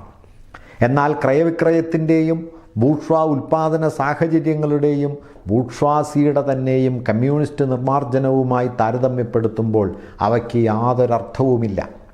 സ്വകാര്യ സ്വത്തില്ലാതാക്കാൻ ഞങ്ങൾ ഉദ്ദേശിക്കുന്നു എന്ന് കേൾക്കുമ്പോൾ നിങ്ങൾ ഞെട്ടുന്നു. പക്ഷേ നിലവിലുള്ള നിങ്ങളുടെ സമുദായത്തിൽ ജനസംഖ്യയുടെ 10-9 പേരുടെയും സ്വകാര്യ സ്വത്ത് നശിപ്പിക്കപ്പെട്ടിരിക്കുന്നു. 10-9 പേരുടെ കൈവശം സ്വകാര്യ സ്വത്ത് ഇല്ലാത്തതുകൊണ്ട് മാത്രമാണ് ഒരു പിടി ആളുകൾക്ക് അതുണ്ടാവുന്നത്. അതുകൊണ്ട് സമുദായത്തിലെ ബഹുഭൂരിപക്ഷം ജനങ്ങൾക്കും യാതൊരു സ്വത്തുമില്ലാതിരിക്കുന്നത് ഒരു ആവശ്യോപാധിയായിട്ടുള്ള സ്വത്തിൻ്റെ പ്രത്യേക രൂപമില്ലാതാക്കാൻ ഞങ്ങൾ ഉദ്ദേശിക്കുന്നു എന്നുള്ളതാണ് നിങ്ങളുടെ ആക്ഷേപം. ഒറ്റ വാക്കിൽ നിങ്ങളുടെ സ്വത്ത് നശിപ്പിക്കാൻ ഉദ്ദേശിക്കുന്നതിന് നിങ്ങൾ ഞങ്ങളെ ആക്ഷേപിക്കുന്നു. വളരെ ശരിയാണ്, അത് തന്നെയാണ് ഞങ്ങളുടെ ഉദ്ദേശം.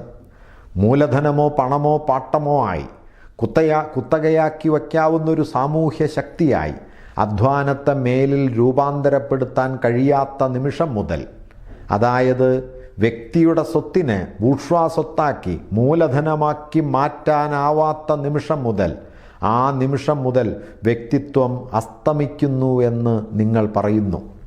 അതുകൊണ്ട് വ്യക്തി എന്ന് വച്ചാൽ നിങ്ങൾ ഉദ്ദേശിക്കുന്നത് ബൂർഷ്വായെയോ ഇടത്തരക്കാരനായ സ്വത്തുടമസ്ഥയെയോ അല്ലാതെ മറ്റാരെയുമല്ലെന്ന് നിങ്ങളും തുറന്ന് സമ്മതിക്കണം.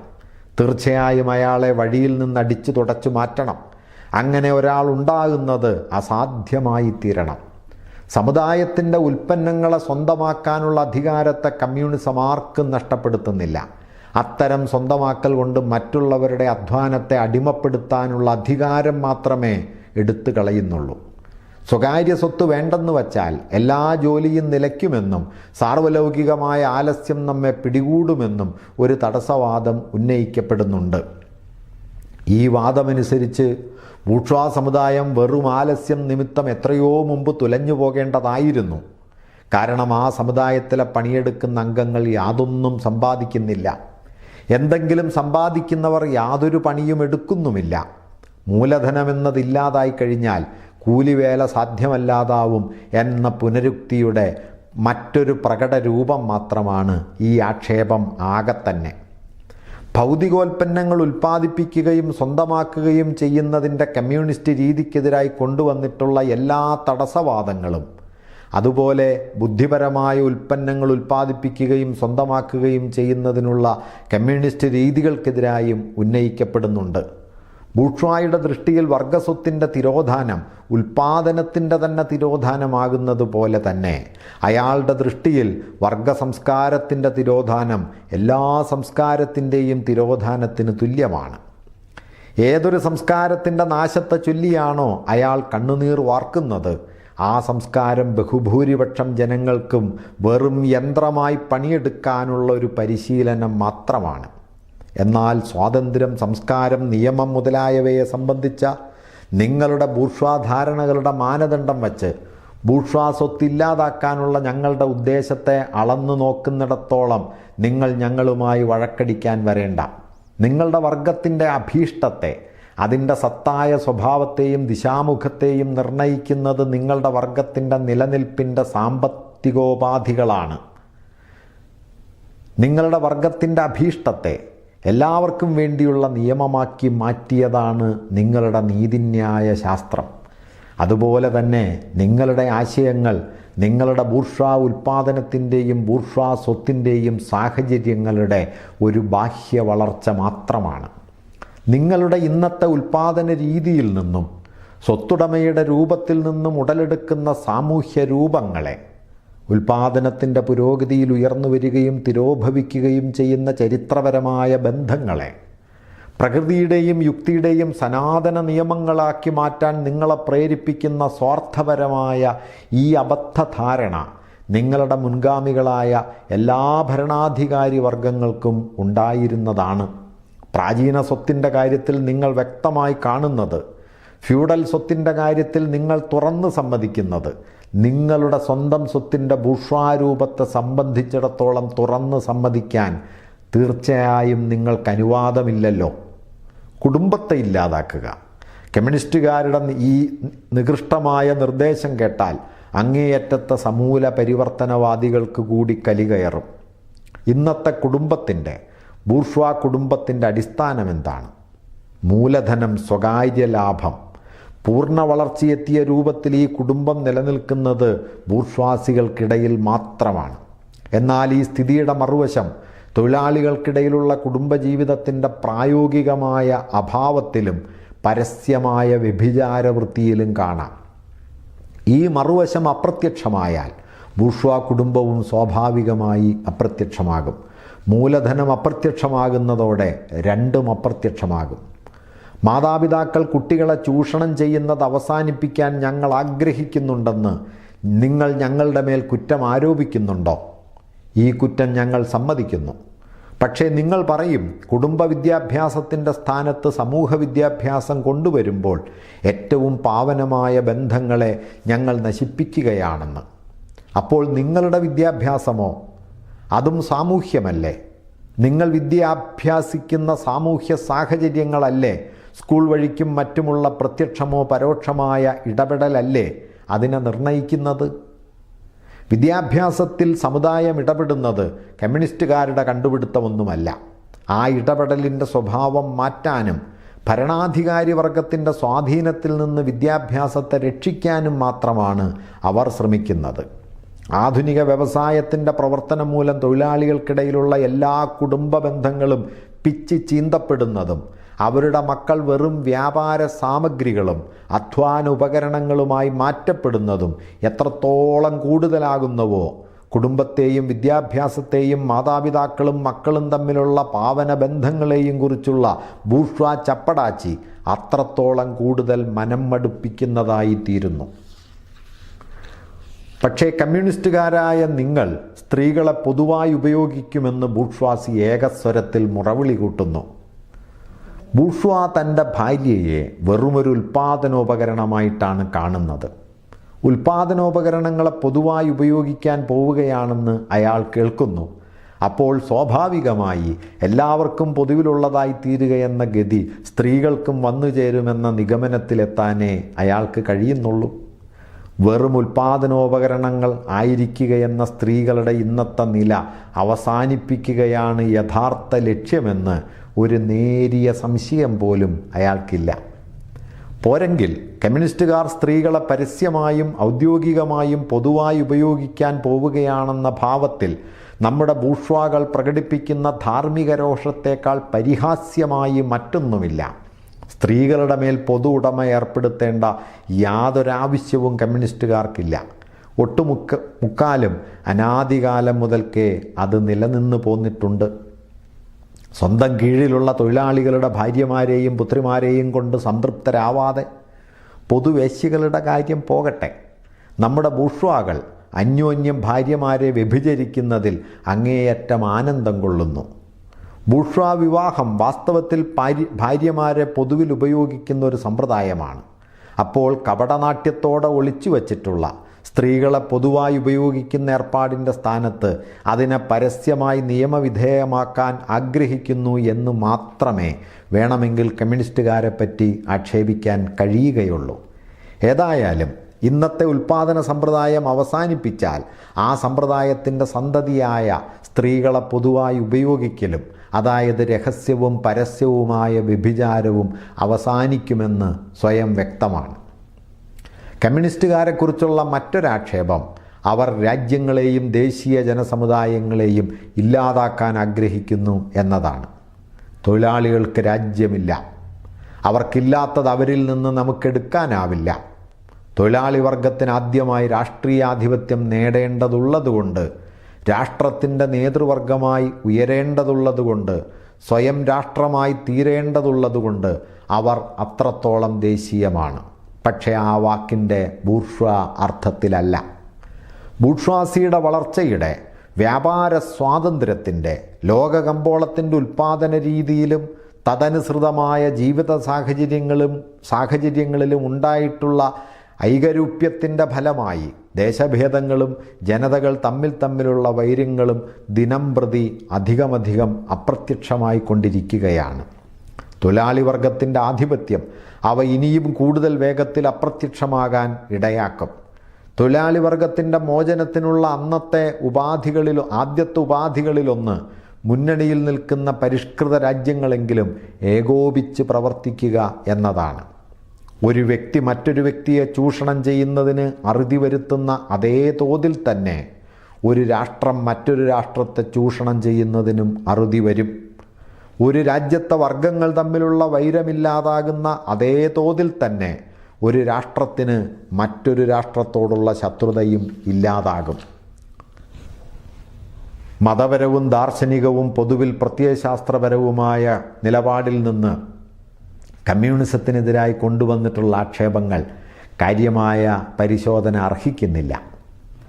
മനുഷ്യൻ്റെ ഭൗതിക ജീവിതത്തിൽ അവൻ്റെ സമൂഹ ബന്ധങ്ങളിലും സാമൂഹ്യ ജീവിതത്തിലും ഉണ്ടാകുന്ന ഓരോ മാറ്റത്തോടും കൂടി അവൻ്റെ ആശയങ്ങൾ, അഭിപ്രായങ്ങളും ധാരണകളും ഒറ്റ വാക്കിൽ പറഞ്ഞാൽ അവൻ്റെ ബോധം മാറുന്നുണ്ടെന്ന് മനസ്സിലാക്കാൻ അഗാധമായ അന്തർജ്ഞാനം ആവശ്യമാണോ? ഭൗതികോൽപാദനം മാറുന്നതിനനുസരിച്ച് ബുദ്ധിപരമായ ഉൽപാദനത്തിൻ്റെ സ്വഭാവവും മാറുന്നുണ്ടെന്നല്ലേ ആശയങ്ങളുടെ ചരിത്രം തെളിയിക്കുന്നത്? ഓരോ കാലഘട്ടത്തിലെയും ഭരിക്കുന്ന ആശയങ്ങൾ എല്ലായ്പ്പോഴും അന്നത്തെ ഭരണാധികാരി വർഗത്തിൻ്റെ ആശയങ്ങളായിരുന്നു. സമുദായത്തിൽ വിപ്ലവകരമായ മാറ്റങ്ങളുണ്ടാക്കുന്ന ആശയങ്ങളെപ്പറ്റി ആളുകൾ പറയുമ്പോൾ പഴയ സമുദായത്തിനകത്ത് പുതിയ ഒന്നിൻ്റെ ബീജങ്ങൾ സൃഷ്ടിക്കപ്പെട്ടിട്ടുണ്ടെന്നും പഴയ ജീവിത സാഹചര്യങ്ങളുടെ ശിഥിലീകരണത്തിന് ചുവടൊപ്പിച്ചുകൊണ്ട് പഴയ ആശയങ്ങളും തകരുന്നുണ്ടെന്നുമുള്ള പരമാർത്ഥത്തെ വെളിപ്പെടുത്തുക മാത്രമാണ് അവർ ചെയ്യുന്നത്. പൗരാണിക ലോകം ഊർദ്ധശ്വാസം വലിച്ചുകൊണ്ടിരുന്നപ്പോഴാണ് ക്രിസ്തുമതം പൗരാണിക മതങ്ങളെ കീഴടക്കിയത്.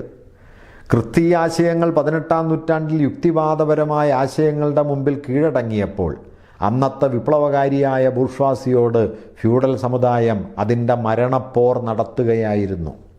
മതസ്വാതന്ത്ര്യത്തെപ്പറ്റിയും അന്ധക്കരണ സ്വാതന്ത്ര്യത്തെപ്പറ്റിയുമുള്ള ആശയങ്ങൾ വിജ്ഞാനത്തിൻ്റെ തുറയിൽ സ്വതന്ത്രമായ മത്സരത്തിൻ്റെ വാഴ്ചയ്ക്ക് പ്രകടരൂപം നൽകുക മാത്രമാണ് ചെയ്തത്. തീർച്ചയായും മതപരവും സദാചാരപരവും ദാർശനികവും നീതിശാസ്ത്രപരവുമായ ആശയങ്ങൾ ചരിത്രപരമായ വികാസത്തിനിടയിൽ മാറിയിട്ടുണ്ട്. പക്ഷേ മതവും സദാചാരവും ദർശനവും രാഷ്ട്രമീമാംസയും നിയമവും ഈ മാറ്റത്തെ നിരന്തരം അതിജീവിച്ചിട്ടുമുണ്ട് എന്നു പറയുമായിരിക്കാം. പോരെങ്കിൽ സമുദായത്തിൻ്റെ എല്ലാ അവസ്ഥകൾക്കും സാമാന്യമായ ചില സനാതന സത്യങ്ങളുണ്ട്, സ്വാതന്ത്ര്യം, നീതി മുതലായവ. എന്നാൽ കമ്മ്യൂണിസം അവയെ പുതിയൊരടിസ്ഥാനത്തിൽ പുനഃസംഘടിപ്പിക്കുന്നതിന് പകരം സനാതന സത്യങ്ങളെ ഇല്ലാതാക്കുന്നു, എല്ലാ മതത്തെയും എല്ലാ സദാചാരത്തെയും നശിപ്പിക്കുന്നു. അതുകൊണ്ട് മുമ്പുള്ള എല്ലാ ചരിത്രാനുഭവങ്ങൾക്കും വിരുദ്ധമായിട്ടാണത് പ്രവർത്തിക്കുന്നത്. ഈ ആരോപണത്തിൻ്റെ രത്നചുരുക്കം എന്താണ്? എല്ലാ ഭൂതകാല സമുദായത്തിൻ്റെയും ചരിത്രം വർഗവൈര്യങ്ങളുടെ, വിവിധ കാലഘട്ടങ്ങൾക്കിടയിൽ വിവിധ രൂപങ്ങൾ കൈക്കൊണ്ടിട്ടുള്ള വൈരങ്ങളുടെ വളർച്ചയിൽ അടങ്ങിയിരിക്കുന്നു. എന്നാൽ അവ കൈക്കൊണ്ടിട്ടുള്ള രൂപം എന്തു തന്നെയായാലും കഴിഞ്ഞ കാലഘട്ടങ്ങൾക്കെല്ലാം ഒരു പൊതു സ്വഭാവമുണ്ട്. സമുദായത്തിൻ്റെ ഒരു വിഭാഗം മറ്റേ വിഭാഗത്തെ ചൂഷണം ചെയ്തിരുന്നു എന്ന വസ്തുത. അപ്പോൾ പണ്ടുകാലങ്ങളിലെ സാമൂഹ്യ ബോധത്തിന് എത്ര തന്നെ ബാഹുല്യവും വൈവിധ്യവും ഉണ്ടായിരുന്നാലും അത് പൊതുരൂപങ്ങളുടെ അഥവാ സാമാന്യാശയഗതികളുടെ അതിരുകൾക്കുള്ളിൽ ഒതുങ്ങി നിന്നുകൊണ്ടാണ് പ്രവർത്തിച്ചിരുന്നത് എന്നതിൽ അത്ഭുതമില്ല. വർഗവൈര്യങ്ങൾ പൂർണ്ണമായും തിരോധാനം ചെയ്താലല്ലാതെ ആ ആശയങ്ങൾ തികച്ചും അപ്രത്യക്ഷമാവുകയില്ല. പരമ്പരാഗതമായ സ്വത്തുടമാബന്ധങ്ങളിൽ നിന്നുള്ള ഏറ്റവും സമൂലമായ വിച്ഛേദമാണ് കമ്മ്യൂണിസ്റ്റ് വിപ്ലവം. അപ്പോൾ അതിൻ്റെ വളർച്ചയിൽ പരമ്പരാഗതമായ ആശയങ്ങളിൽ നിന്ന് ഏറ്റവും സമൂലമായ വിച്ഛേദം ഉണ്ടാവുന്നതിൽ അത്ഭുതമില്ല.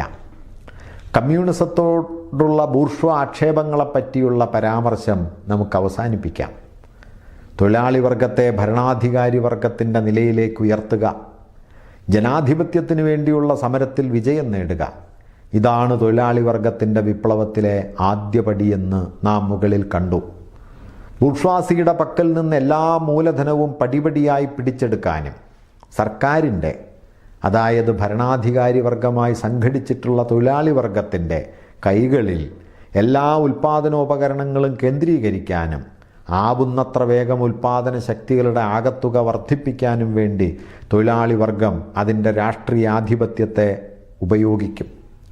സ്വത്തവകാശങ്ങളിന്മേലും ബൂർഷ്വാ ഉൽപ്പാദന വ്യവസ്ഥകളിന്മേലും സ്വേച്ഛാധിപത്യപരമായി കൈകടത്താതെ, അതുകൊണ്ട് തന്നെ സാമ്പത്തികമായി അപര്യാപ്തവും അസ്വീകാര്യവുമായി തോന്നുമെങ്കിലും പ്രസ്ഥാനം വളരുന്നതോടുകൂടി സ്വയം വളരുന്നതും പഴയ സാമൂഹ്യക്രമത്തിലേക്ക് അധികമധികം കൈകടത്തൽ ആവശ്യമാക്കി തീർക്കുന്നതും ഉൽപാദന രീതിയിൽ സമൂല പരിവർത്തനം വരുത്തുവാനുള്ള ഉപാധി എന്ന നിലയ്ക്ക് അനുപേക്ഷണീയവുമായ നടപടികൾ എടുക്കാതെ തീർച്ചയായും ഇത് തുടക്കത്തിൽ നേടാനാവില്ല. ഈ നടപടികൾ പല രാജ്യത്തും പലതരത്തിലായിരിക്കുമെന്നതിൽ സംശയമില്ല. എങ്കിലും ഏറ്റവും പുരോഗമിച്ചിട്ടുള്ള രാജ്യങ്ങളിൽ താഴെ കൊടുക്കുന്ന നടപടികൾ ഏറെക്കുറെ സാമാന്യമായി ബാധകമാകാവുന്നതാണ്. 1. ഭൂമിയിലെ സ്വകാര്യ സ്വത്ത് ഇല്ലാതാക്കുകയും ഭൂമിയിൽ നിന്ന് പാട്ടമായി കിട്ടുന്ന വരുമാനമെല്ലാം പൊതു ആവശ്യങ്ങൾക്ക് വിനിയോഗിക്കുകയും ചെയ്യുക. 2. അനുക്രമം വർദ്ധിച്ചു വരുന്ന കനത്ത ആദായ നികുതി. 3. എല്ലാ പിന്തുടർച്ചാവകാശങ്ങളും റദ്ദാക്കുക. 4. അന്യരാജ്യങ്ങളിലേക്ക് കുടിയേറി പാർക്കുന്നവരുടെയും എതിർത്ത് നിൽക്കുന്നവരുടെയും സ്വത്ത് കണ്ടുകെട്ടുക. 5. സ്റ്റേറ്റിൻ്റെ മൂലധനത്തോടു കൂടിയതും അതിൻ്റെ പൂർണ്ണമായ കുത്തകയും കീഴിലുള്ളതുമായ ഒരു ദേശീയ ബാങ്ക് മുഖേന പണമിടപാടുകൾ സ്റ്റേറ്റിൻ്റെ കൈകളിൽ കേന്ദ്രീകരിക്കുക. 6. ഗതാഗതത്തിൻ്റെയും വാർത്താവിനിമയത്തിൻ്റെയും ഉപാധികൾ സ്റ്റേറ്റിൻ്റെ കൈകളിൽ കേന്ദ്രീകരിക്കുക. 7. സ്റ്റേറ്റ് ഉടമസ്ഥയിലുള്ള ഫാക്ടറികളും ഉൽപ്പാദനോപകരണങ്ങളും വിപുലീകരിക്കുക. ഒരു പൊതുപദ്ധതി അനുസരിച്ച് തരിശുനിലങ്ങൾ കൃഷിക്ക് ഉപയോഗപ്പെടുത്തുകയും പൊതുവിൽ മണ്ണിൻ്റെ ഗുണം വർദ്ധിപ്പിക്കുകയും ചെയ്യുക. 8. പണിയെടുക്കാൻ എല്ലാവർക്കും തുല്യമായ ബാധ്യത. വ്യാവസായികോൽപാദനത്തിനും വിശേഷിച്ച് കൃഷിക്കും തൊഴിൽ പടകൾ ഏർപ്പെടുത്തുക. 9. കാർഷികോൽപാദനത്തെ വ്യാവസായികോൽപാദനവുമായി കൂട്ടിയിണക്കുക. രാജ്യത്തിലെ ജനസംഖ്യാ വിതരണം കുറെ കൂടി സമീകരിച്ച് നാടും നഗരവും തമ്മിലുള്ള വ്യത്യാസം ക്രമേണ ഇല്ലാതാക്കുക. 10. പൊതുവിദ്യാലയങ്ങളിൽ എല്ലാ കുട്ടികൾക്കും സൗജന്യമായ വിദ്യാഭ്യാസം നൽകുക. ഇന്നത്തെ രൂപത്തിൽ കുട്ടികളെ കൊണ്ട് ഫാക്ടറിയിൽ പണിയെടുപ്പിക്കുന്നത് നിർത്തുക. വ്യാവസായോൽപാദനവും വിദ്യാഭ്യാസവും കൂട്ടിയിണക്കുക മുതലായവ.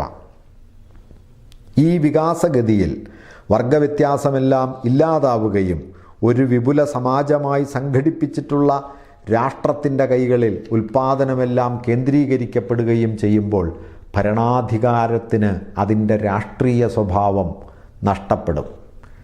രാഷ്ട്രീയ അധികാരം ശരിയായി പറഞ്ഞാൽ മറ്റൊരു വർഗത്തെ മർദ്ദിക്കാനുള്ള ഒരു വർഗത്തിൻ്റെ സംഘടിത ശക്തി മാത്രമാണ്. ബൂർഷ്വാസിയുമായുള്ള പോരാട്ടത്തിനിടയിൽ പരിതസ്ഥിതികളുടെ നിർബന്ധം കൊണ്ട് തൊഴിലാളി വർഗത്തിന് ഒരു വർഗമെന്ന നിലയ്ക്ക് സ്വയം സംഘടിക്കേണ്ടി വരുന്നുണ്ടെങ്കിൽ ഒരു വിപ്ലവം മൂലം അതും സ്വയം ഭരണാധികാരി വർഗമായി തീരുകയും ആ നിലയ്ക്ക് ഉൽപ്പാദനത്തിൻ്റെ പഴയ സാഹചര്യങ്ങളെ ബലം പ്രയോഗിച്ച് തുടച്ചു നീക്കുകയും ചെയ്യുന്നുണ്ടെങ്കിൽ ഈ സാഹചര്യങ്ങളോടൊപ്പം വർഗവൈര്യങ്ങളുടെയും പൊതുവിൽ വർഗങ്ങളുടെയും നിലനിൽപ്പിനുള്ള സാഹചര്യങ്ങളും അത് തുടച്ചു നീക്കുന്നതായിരിക്കും. വർഗങ്ങളും വർഗവൈര്യങ്ങളുമുള്ള പഴയ ബൂർഷ്വാ സമുദായത്തിൻ്റെ സ്ഥാനത്ത് ഓരോരുത്തരും സ്വതന്ത്രമായി വളർന്നു വന്നാൽ മാത്രം എല്ലാവരും സ്വതന്ത്രമായി വളരുന്ന ഒരു സമുദായം നമുക്ക് ലഭിക്കുന്നതായിരിക്കും. അധ്യായം 3. സോഷ്യലിസ്റ്റ് സാഹിത്യവും കമ്മ്യൂണിസ്റ്റ് സാഹിത്യവും. ഭാഗം 1. പിന്തിരിപ്പൻ സോഷ്യലിസം.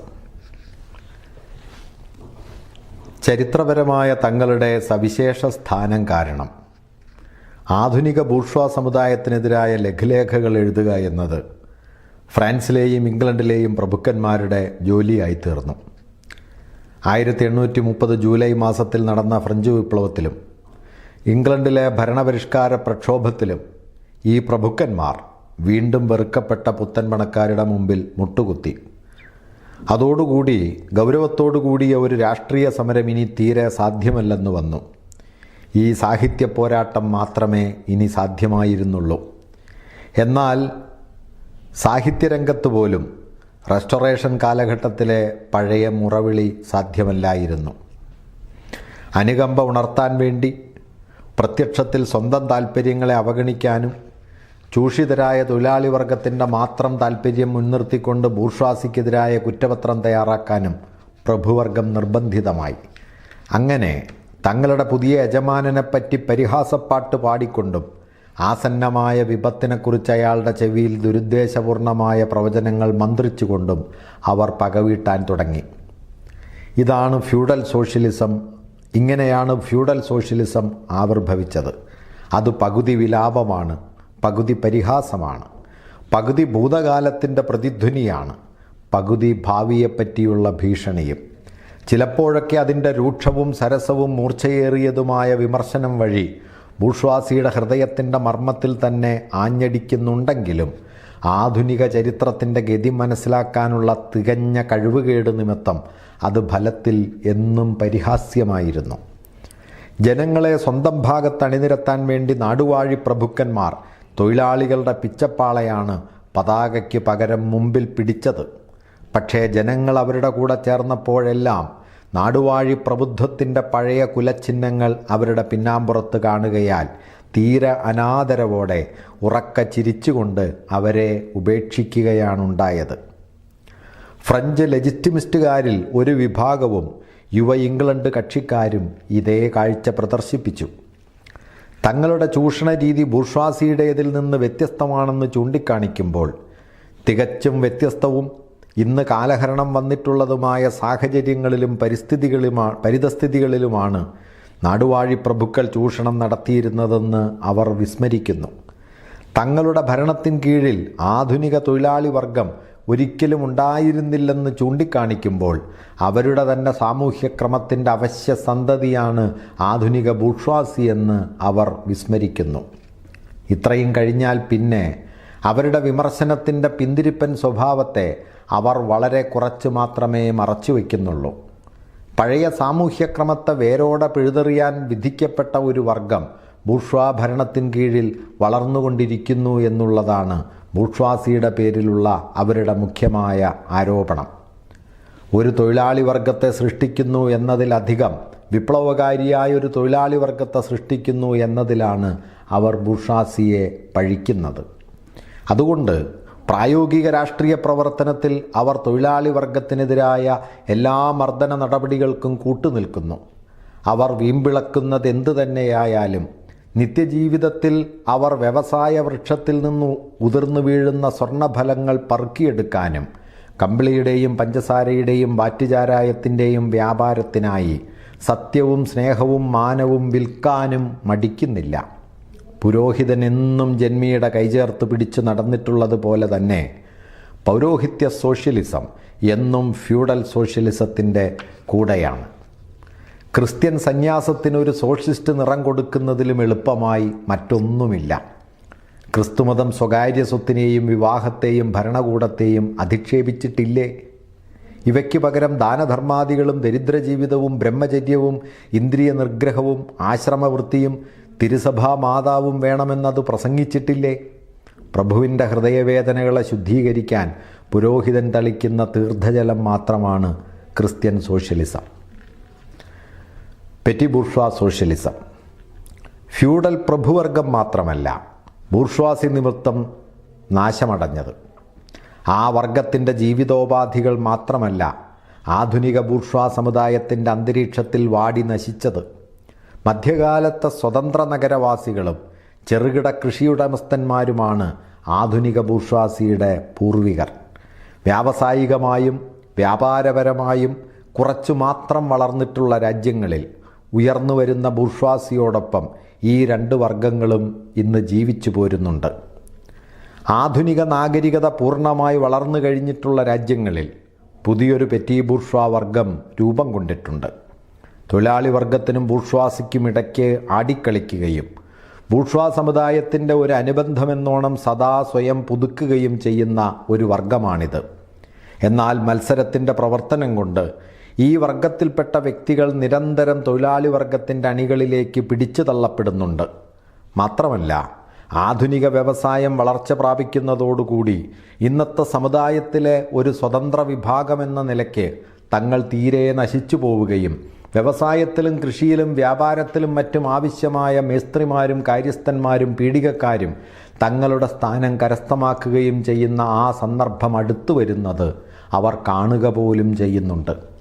ജനസംഖ്യയുടെ പകുതിയിലും എത്രയോ കൂടുതൽ കൃഷിക്കാരായ ഫ്രാൻസിനെപ്പോലുള്ള രാജ്യങ്ങളിൽ ബൂർഷ്വാസിക്കെതിരായി തൊഴിലാളി വർഗത്തിൻ്റെ പക്ഷത്ത് ചേർന്ന എഴുത്തുകാർ ബൂർഷ്വാ ഭരണത്തിനെതിരായ അവരുടെ വിമർശനത്തിൽ കൃഷിക്കാരുടെയും ഇടത്തരക്കാരുടെയും മാനദണ്ഡം ഉപയോഗിച്ചു എന്നതും ഈ ഇടത്തര വർഗങ്ങളുടെ നിലപാടിൽ നിന്നുകൊണ്ട് തൊഴിലാളി വർഗത്തിനു വേണ്ടി വാളെടുത്തു എന്നതും സ്വാഭാവികമായിരുന്നു. അങ്ങനെയാണ് പെറ്റി ബൂർഷ്വാ സോഷ്യലിസം ആവിർഭവിച്ചത്. ഫ്രാൻസിലെന്നല്ല ഇംഗ്ലണ്ടിലും സിസ്മോണ്ടിയായിരുന്നു ഈ ചിന്താഗതിയുടെ നേതാവ്. ഈ സോഷ്യലിസ്റ്റ് ചിന്താഗതിക്കാർ ആധുനിക ഉൽപാദന സാഹചര്യങ്ങളിൽ അടങ്ങിയിട്ടുള്ള വൈരുദ്ധ്യങ്ങളെ അതിതീക്ഷ്ണതയോടെ വിശകലനം ചെയ്തു. ധനശാസ്ത്രജ്ഞന്മാരുടെ കാപട്യം നിറഞ്ഞ ന്യായീകരണങ്ങളെ അവർ തുറന്നുകാട്ടി. യന്ത്രവൽക്കരണത്തിൻ്റെയും തൊഴിൽ വിഭജനത്തിൻ്റെയും കുറച്ചുപേരുടെ കയ്യിൽ ഭൂമിയും മൂലധനവും കേന്ദ്രീകരിച്ചിട്ടുള്ളതിൻ്റെയും അമിതോൽപാദനത്തിൻ്റെയും പ്രതിസന്ധികളുടെയും വിനാശകരമായ ഫലങ്ങൾ അവർ അനിഷേധ്യമായി തെളിയിച്ചു. ഇടത്തരക്കാരുടെയും കർഷകരുടെയും അനിവാര്യമായ നാശത്തിലേക്കും തൊഴിലാളി വർഗത്തിൻ്റെ കഷ്ടപ്പാടിലേക്കും ഉൽപാദനത്തിൻ്റെ അരാജകാവസ്ഥയിലേക്കും സമ്പത്തിൻ്റെ വിതരണത്തിലെ പ്രസ്പഷ്ടമായ അസമത്വങ്ങളിലേക്കും രാഷ്ട്രങ്ങൾ തമ്മിൽ നടത്തുന്ന സർവസംഹാരകമായ വ്യാവസായിക യുദ്ധങ്ങളിലേക്കും പഴയ ധാർമ്മിക കെട്ടുപാടുകളുടെയും പഴയ കുടുംബ ബന്ധങ്ങളുടെയും പഴയ ദേശീയ ജനവിഭാഗങ്ങളുടെയും ശിഥിലീകരണത്തിലേക്കും അവർ വിരൽ ചൂണ്ടി. പക്ഷേ സോഷ്യലിസത്തിൻ്റെ ഈ രൂപത്തിൻ്റെ ക്രിയാത്മകമായ ലക്ഷ്യം ഒന്നുകിൽ പഴയ ഉൽപാദന വിനിമയോപാധികളെയും അതോടൊന്നിച്ച് പഴയ സ്വത്തുടമാ ബന്ധങ്ങളെയും പഴയ സമുദായത്തെയും പുനഃസ്ഥാപിക്കുക, അല്ലെങ്കിൽ ഇന്നത്തെ ഉൽപാദന വിനിമയോപാധികളെ പഴയ സ്വത്തുടമാ ബന്ധങ്ങളുടെ ഈ ഉപാധികൾ തകർത്തു കഴിഞ്ഞതും തകർക്കാതിരിക്കാൻ തരമില്ലാത്തതുമായ സ്വത്തുടമാ ബന്ധങ്ങളേതോ അവയുടെ ചട്ടക്കൂടിനുള്ളിൽ ഞെക്കി ഞെരുക്കി നിർത്തുക എന്നതാണ്. രണ്ടായാലും അത് പിന്തിരിപ്പനും സാങ്കല്പികവുമാണ്. അതിനാൽ അവസാന വാക്കുകൾ ഇവയാണ്: ഫാക്ടറി തൊഴിൽ നടത്താൻ പണ്ടത്തെ ഗിൽഡുകൾ, കൃഷിയിൽ ഗോത്രാധിപത്യ ബന്ധങ്ങൾ. അവസാനം കടുത്ത ചരിത്ര വസ്തുതകൾ ആത്മവഞ്ചനയുടെ ഈ മത്തുപിടിച്ച ഫലങ്ങളെയെല്ലാം അടിച്ചിറക്കിയപ്പോൾ ഈ സോഷ്യലിസം നൈരാശ്യത്തിൻ്റെ ദയനീയമായ ഒരപസ്മാര വിദ്യയിൽ ചെന്ന് കലാശിച്ചു. ജർമ്മൻ അഥവാ സത്യ സോഷ്യലിസം. ജർമ്മനിയിലെ ബൂർഷ്വാസി അവിടുത്തെ ഫ്യൂഡൽ സ്വേച്ഛാപ്രഭുത്വവുമായി പോരാടാൻ തുടങ്ങുക മാത്രം ചെയ്തിരുന്ന സന്ദർഭത്തിലാണ് ഫ്രാൻസിലെ സോഷ്യലിസ്റ്റ് കമ്മ്യൂണിസ്റ്റ് സാഹിത്യങ്ങൾ അധികാരത്തിലിരിക്കുന്ന ബൂർഷ്വാസിയുടെ സമ്മർദ്ദത്തിന് കീഴിൽ ജന്മം കൊള്ളുകയും ആ അധികാരത്തിനെതിരായുള്ള സമരത്തെ വെളിപ്പെടുത്തുകയും ചെയ്ത സാഹിത്യങ്ങൾ ജർമ്മനിയിലേക്ക് കടന്നു ചെന്നത്. ജർമ്മൻ തത്വജ്ഞാനികളും തത്വജ്ഞാനികളാകാൻ ആഗ്രഹിക്കുന്നവരും സുന്ദര ശൈലീ പ്രണയികളും ഈ സാഹിത്യത്തെ ആവേശത്തോടെ ആശ്ലേഷിച്ചു. പക്ഷേ ഈ സാഹിത്യം ഫ്രാൻസിൽ നിന്ന് ജർമ്മനിയിലേക്ക് കുടിയേറിച്ചെന്നപ്പോൾ അതോടൊന്നിച്ച് അവിടുത്തെ സാമൂഹ്യ സാഹചര്യങ്ങളും ജർമ്മനിയിലേക്ക് കുടിയേറുകയുണ്ടായില്ലെന്ന വസ്തുത അവർ വിസ്മരിച്ചു എന്നു മാത്രം. ജർമ്മൻ സാമൂഹ്യ സ്ഥിതിഗതികളുമായി ഇടപഴകിയപ്പോൾ ഈ ഫ്രഞ്ച് സാഹിത്യത്തിൻ്റെ അടിയന്തരവും പ്രായോഗികവുമായ പ്രാധാന്യമെല്ലാം നഷ്ടപ്പെട്ടു. അതിൻ്റെ വെറും സാഹിത്യവശം മാത്രം അവശേഷിച്ചു. അങ്ങനെ 18-ാം നൂറ്റാണ്ടിലെ ജർമ്മൻ തത്വജ്ഞാനികളുടെ ദൃഷ്ടിയിൽ ഒന്നാം ഫ്രഞ്ച് വിപ്ലവത്തിൻ്റെ ആവശ്യങ്ങളിൽ പ്രായോഗിക യുക്തിവാദത്തിൻ്റെ സാമാന്യ ആവശ്യങ്ങളിൽ കൂടുതൽ ഒന്നും ഉണ്ടായിരുന്നില്ല. അവരുടെ ദൃഷ്ടിയിൽ ശുദ്ധമായ ഇച്ഛയുടെ, സ്വാഭാവികമായ ഇച്ഛയുടെ, പൊതുവിൽ പറഞ്ഞാൽ യഥാർത്ഥമായ മനുഷ്യേച്ഛയുടെ നിയമങ്ങളായിരുന്നു വിപ്ലവകാരിയായ ഫ്രഞ്ച് ബൂർഷ്വാസിയുടെ ഇച്ഛയിൽ പ്രകടമായത്. തങ്ങളുടെ പൗരാണികമായ ദാർശനിക ബോധത്തെ ഈ പുതിയ ഫ്രഞ്ച് ആശയങ്ങളുമായി പൊരുത്തപ്പെടുത്തുക, അഥവാ സ്വന്തം ദാർശനിക വീക്ഷണം കൈവിടാതെ ഫ്രഞ്ച് ആശയങ്ങളെ പിടിച്ചെടുക്കുക, ഇത്രമാത്രമാണ് ജർമ്മൻ എഴുത്തുകാർ ചെയ്തത്. ഒരു വിദേശ ഭാഷയെ പരിഭാഷയിലൂടെ സ്വായത്തമാക്കുന്നതെങ്ങനെയോ അതേ രീതിയിലാണ് ഈ വെട്ടിപ്പിടുത്തവും നടന്നത്. പൗരാണിക നിർമ്മിത സമുദായക്കാരുടെ ഇതിഹാസ ഗ്രന്ഥങ്ങളുടെ കയ്യെഴുത്ത് പ്രതികളിൽ ക്രിസ്ത്യൻ സന്യാസിമാർ കത്തോലിക്ക പുണ്യവാളന്മാരുടെ കഥയില്ലാത്ത ജീവചരിത്രങ്ങൾ എഴുതിച്ചേർത്തത് എങ്ങനെയാണെന്ന് എന്നത് സുവിദിതമാണ്. എന്നാൽ ഫ്രഞ്ച് നിഷിദ്ധ സാഹിത്യത്തിൻ്റെ കാര്യത്തിൽ ജർമ്മൻ എഴുത്തുകാർ നേരെ മറിച്ചാണ് ചെയ്തത്. അവർ ഫ്രഞ്ച് മൂലത്തിൻ്റെ ചുവടെ തങ്ങളുടെ സ്വന്തം ദാർശനിക വിഡ്ഢിത്തങ്ങൾ എഴുതിച്ചേർത്തു. ഉദാഹരണം പറയുകയാണെങ്കിൽ പണത്തിൻ്റെ സാമ്പത്തിക ധർമ്മത്തെപ്പറ്റിയുള്ള ഫ്രഞ്ച് വിമർശനത്തിൻ്റെ ചുവടെ അവർ മനുഷ്യ സമുദായത്തിൻ്റെ അന്യവൽക്കരണം എന്നെഴുതി. ബൂർഷ്വാ ഭരണകൂടത്തെപ്പറ്റിയുള്ള ഫ്രഞ്ച് വിമർശനത്തിൻ്റെ ചുവടെ സാമാന്യഗണത്തിൻ്റെ സ്ഥാനഭ്രംശം എന്നെഴുതി ചേർത്തു. ഫ്രഞ്ചുകാരുടെ ചരിത്ര വിമർശനങ്ങളുടെ പിൻവശത്ത് ഈ ദാർശനിക പദപ്രയോഗങ്ങൾ എഴുതി വച്ചതിന് കർമ്മമീമാംസ എന്നും സത്യ സോഷ്യലിസം എന്നും സോഷ്യലിസത്തിൻ്റെ ജർമ്മൻ ശാസ്ത്രമെന്നും സോഷ്യലിസത്തിൻ്റെ ദാർശനികാടിസ്ഥാനമെന്നും അവർ നാമകരണം ചെയ്തു. ഇങ്ങനെ ഫ്രഞ്ച് സോഷ്യലിസ്റ്റ് കമ്മ്യൂണിസ്റ്റ് സാഹിത്യത്തെ നിശ്ശേഷം ഹതവീര്യമാക്കി. പോരെങ്കിൽ ജർമ്മൻകാരൻ്റെ കയ്യിൽ കിട്ടിയതോടുകൂടി ഈ സാഹിത്യം ഒരു വർഗം മറ്റൊരു വർഗത്തിനെതിരായി നടത്തുന്ന സമരത്തെ പ്രകാശിപ്പിക്കാതായതുകൊണ്ട് ഫ്രഞ്ചുകാരൻ്റെ ഏകപക്ഷീയതയെ കീഴടക്കിയിരിക്കുന്നു എന്നും താൻ പ്രതിനിധാനം ചെയ്യുന്നത് സത്യമായ ആവശ്യങ്ങളെയല്ല സത്യത്തിൻ്റെ ആവശ്യങ്ങളെയാണെന്നും തൊഴിലാളി വർഗത്തിൻ്റെ താല്പര്യങ്ങളെയല്ല മനുഷ്യ സ്വഭാവത്തിൻ്റെ താല്പര്യങ്ങളെയാണെന്നും അയാൾ വിശ്വസിക്കാൻ ഇടയായി. മനുഷ്യ സ്വഭാവത്തിൻ്റെ ഒരു വർഗത്തിലും പെടാത്തതും യഥാർത്ഥമല്ലാത്തതും ദാർശനിക സങ്കല്പത്തിൻ്റെ മൂടൽമഞ്ഞ് നിറഞ്ഞ ലോകത്തിൽ മാത്രം ജീവിക്കുന്നതുമായ സാമാന്യ മനുഷ്യൻ്റെ താല്പര്യങ്ങളെയാണെന്ന് അയാൾ വിശ്വസിക്കാൻ ഇടയായി. സ്കൂൾ കുട്ടികൾക്ക് യോജിച്ച സ്വന്തം ജോലി കാര്യഗൗരവത്തോടും പരിഭാവനതയോടും കൂടി നിറവേറ്റുകയും വിലകെട്ട സ്വന്തം ചരക്കിൻ്റെ മാഹാത്മ്യത്തെപ്പറ്റി മുറിവൈദ്യൻ്റെ മട്ടിൽ പ്രസംഗിക്കുകയും ചെയ്ത ഈ ജർമ്മൻ സോഷ്യലിസത്തിന് അതിൻ്റെ പാണ്ഡിത്യപരമായ നിഷ്കളങ്കത ക്രമേണ നഷ്ടപ്പെട്ടു. ഫ്യൂഡൽ ദുഷ്പ്രഭുത്വത്തിനും സ്വേച്ഛാധിപത്യപരമായ രാജവാഴ്ചയ്ക്കുമെതിരായ ജർമ്മനിയിലെയും വിശേഷിച്ച് പ്രഷ്യയിലെയും ബൂർഷ്വാസിയുടെ സമരം, അതായത് ലിബറൽ പ്രസ്ഥാനം, കൂടുതൽ ആത്മാർത്ഥമായി തീർന്നു. സോഷ്യലിസ്റ്റ് ആശയങ്ങൾ ഉന്നയിച്ചുകൊണ്ട് രാഷ്ട്രീയ പ്രസ്ഥാനത്തെ നേരിടാനും ലിബറലിസത്തിനും പ്രതിനിധിഭരണത്തിനും ബൂർഷ്വാ മത്സരത്തിനും ബൂർഷ്വാ പത്രസ്വാതന്ത്ര്യത്തിനും ബൂർഷ്വാ നിയമനിർമ്മാണത്തിനും ബൂർഷ്വാ സമത്വ സ്വാതന്ത്ര്യങ്ങൾക്കുമെതിരായി പരമ്പരാഗതമായ ശാപവചനങ്ങൾ വർഷിക്കുവാനും ഈ ബൂർഷ്വാ പ്രസ്ഥാനം നിമിത്തം സർവ്വതും നഷ്ടപ്പെടാമെന്നല്ലാതെ യാതൊന്നും നേടാനില്ലെന്ന് ബഹുജനങ്ങൾക്കിടയിൽ പ്രചരണം നടത്താനും സത്യ സോഷ്യലിസത്തിന് ആറ്റുനോറ്റുകൊണ്ടിരുന്ന അവസരം ഇതുമൂലം ലഭിച്ചു. അതിൻ്റെ നിലനിൽപ്പിനാവശ്യമായ സാമ്പത്തിക സ്ഥിതികളോടും അതിനനുയോജ്യമായ രാഷ്ട്രീയ ഭരണഘടനയോടും കൂടിയ ഒരാധുനിക ബൂർഷ്വാ സമുദായം നിലനിൽക്കുന്നുണ്ടെന്ന അടിസ്ഥാനത്തിലാണ് ഫ്രഞ്ച് വിമർശനം ഉയർന്നു വന്നതെന്ന് അതിൻ്റെ ബാലിശ പ്രതിധ്വനി മാത്രമായ ജർമ്മൻ സോഷ്യലിസം സമയം വന്നപ്പോൾ മറന്നു കളഞ്ഞു. പുരോഹിതന്മാരുടെയും പ്രൊഫസർമാരുടെയും നാട്ടുമുഖ്യന്മാരുടെയും ഉദ്യോഗസ്ഥന്മാരുടെയും അനുചരവൃന്ദത്തോടുകൂടിയ സ്വേച്ഛാധിപത്യ ഗവൺമെൻറ്റുകളെ സംബന്ധിച്ചിടത്തോളം തങ്ങളെ ഭീഷണിപ്പെടുത്താൻ തുടങ്ങിയിരുന്ന ബൂർഷ്വാസിക്കെതിരായി ഉപയോഗിക്കാനുള്ള സ്വാഗതാർഹമായ ഒരൊടിച്ചുകുത്തായി അതുപകരിച്ചു. അക്കാലത്ത് നടന്ന ജർമ്മൻ തൊഴിലാളി വർഗത്തിൻ്റെ കലാപങ്ങളെ നേരിടാൻ ഇതേ ഗവൺമെൻറ്റുകൾ തന്നെ ഉപയോഗിച്ച ചാട്ടവാറടികളുടെയും വെടിയുണ്ടകളുടെയും കൈപ്പേറിയ ഗുളികയ്ക്ക് ശേഷം ഇത് മാധുര്യമേറിയ ഒരു പര്യവസാനമായിരുന്നു. ഇങ്ങനെ ഈ സത്യസോഷ്യലിസം അന്നത്തെ ഗവൺമെൻറ്റുകൾക്ക് ജർമ്മൻ ബൂർഷ്വാസിയോട് പോരാടാനുള്ള ഒരായുധമായി ഉപകരിച്ചപ്പോൾ തന്നെ അതൊരു പിന്തിരിപ്പൻ താൽപ്പര്യത്തെയാണ്, ജർമ്മൻ ഫിലിസ്റ്റൈനുകളുടെ താൽപ്പര്യത്തെയാണ് നേരിട്ട് പ്രതിനിധാനം ചെയ്തത്. ജർമ്മനിയിൽ നിലവിലുള്ള സ്ഥിതിഗതികളുടെ സാമൂഹ്യാടിസ്ഥാനം പെറ്റി ബൂർഷ്വാ വർഗമാണ്. 16-ാം നൂറ്റാണ്ടിൻ്റെ അവശിഷ്ടമായ ഈ വർഗം പിന്നീട് പല രൂപത്തിലും കൂടെ തലപൊക്കിക്കൊണ്ടിരുന്നു. ഈ വർഗത്തെ വച്ചുപുലർത്തുകയെന്നു വച്ചാൽ ജർമ്മനിയിലെ നിലവിലുള്ള സ്ഥിതിഗതികളെ വച്ചുപുലർത്തുക എന്നർത്ഥമാണ്. ബൂർഷ്വാസിയുടെ വ്യാവസായികവും രാഷ്ട്രീയവുമായ ആധിപത്യം ഈ വർഗത്തിൻ്റെ മുമ്പിൽ നിസ്സംശയമായ വിനാശത്തിൻ്റെ ഭീഷണി ഉയർത്തി. ഒരു ഭാഗത്ത് മൂലധന കേന്ദ്രീകരണത്തിൽ നിന്നും മറുഭാഗത്ത് വിപ്ലവകാരിയായ തൊഴിലാളി വർഗത്തിൻ്റെ ആവിർഭാവത്തിൽ നിന്നും ഉളവായതായിരുന്നു ആ ഭീഷണി. സത്യസോഷ്യലിസം ഒരൊറ്റ കല്ലുകൊണ്ട് ഈ രണ്ട് പക്ഷികളെയും കൊല്ലുമെന്ന് തോന്നി.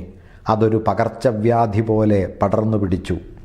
വാഗ്ധോരണിയുടെ പുഷ്പങ്ങൾ തുന്നിപ്പിടിപ്പിച്ചതും നിർജീവ വികാരങ്ങളുടെ മഞ്ഞുതുള്ളികളിൽ മുക്കിയെടുത്തതുമായ ഊഹാപോഹ ചിലന്തിവലയുടെ പട്ടുടയാട, വെറും എല്ലും തോലുമായി തീർന്നിട്ടുള്ള തങ്ങളുടെ ദയനീയ സനാതന സത്യങ്ങളെ കെട്ടിപ്പൊതിയാൻ ജർമ്മൻ സോഷ്യലിസ്റ്റുകൾ ഉപയോഗിച്ച അതേ ആധ്യാത്മിക പട്ടുടയാട അത്തരക്കാരായ പൊതുജനങ്ങൾക്കിടയിൽ അവരുടെ ചരക്കിൻ്റെ ചെലവ് വർദ്ധിപ്പിക്കാൻ അത്ഭുതകരമാം വിധം സഹായിച്ചു. അതോടൊപ്പം പെറ്റി ബൂർഷ്വാ ഫിലിസ്റ്റൈൻ വർഗത്തിൻ്റെ വാചകമടിക്കുന്ന പ്രതിനിധിയായി പ്രവർത്തിക്കുകയാണ് സ്വന്തം ധർമ്മമെന്ന് ജർമ്മൻ സോഷ്യലിസം അധികമധികം അംഗീകരിക്കുകയും ചെയ്തു. ജർമ്മൻ രാഷ്ട്രമാണ് മാതൃരാഷ്ട്രമെന്നും അല്പനായ ഫിലിസ്റ്റൈനാണ് മാതൃകാ മനുഷ്യനെന്നും അത് പ്രഖ്യാപിച്ചു. ഈ മാതൃകാ മനുഷ്യൻ്റെ അധമമായ എല്ലാ അല്പത്വത്തിനും അതിൻ്റെ യഥാർത്ഥ സ്വഭാവത്തിന് നേരെ വിപരീതമായി നിഗൂഢവും കൂടുതൽ ഉയർന്നതുമായൊരു സോഷ്യലിസ്റ്റ് വ്യാഖ്യാനം അത് നൽകി. കമ്മ്യൂണിസത്തിൻ്റെ മൃഗീയമാം വിധം നശീകരണാത്മകമായ പ്രവണതകളെ നേരിട്ടെതിർക്കുകയും എല്ലാ വർഗസമരങ്ങളോടും അതിനുള്ള അതികഠിനവും നിഷ്പക്ഷവുമായ അവജ്ഞ പ്രഖ്യാപിക്കുകയും ചെയ്യുകയെന്ന അങ്ങേയറ്റത്തെ നില വരെ അത് പോയി. കമ്മ്യൂണിസ്റ്റ് സാഹിത്യമെന്നും സോഷ്യലിസ്റ്റ് സാഹിത്യമെന്നും പേർ പറഞ്ഞ് ഇന്ന് ജർമ്മനിയിൽ പ്രചരിച്ചു വരുന്ന പ്രസിദ്ധീകരണങ്ങളിൽ അല്പം ചിലതൊഴിച്ച് ബാക്കിയുള്ളതെല്ലാം നാറിപ്പുളിച്ചതും ചുണകെട്ടതുമായ ഈ സാഹിത്യശാഖയിൽ പെട്ടതാണ്. യാഥാസ്ഥിതിക സോഷ്യലിസം അഥവാ ബൂർഷ്വാ സോഷ്യലിസം. ബൂർഷ്വാ സമുദായത്തിൻ്റെ തുടർച്ചയായ നിലനിൽപ്പ് സുരക്ഷിതമാക്കുന്നതിന് വേണ്ടി ബൂർഷ്വാസിയിലൊരു വിഭാഗം സാമൂഹ്യമായ പരാതികൾ പരിഹരിക്കണമെന്ന് ആഗ്രഹിക്കുന്നു.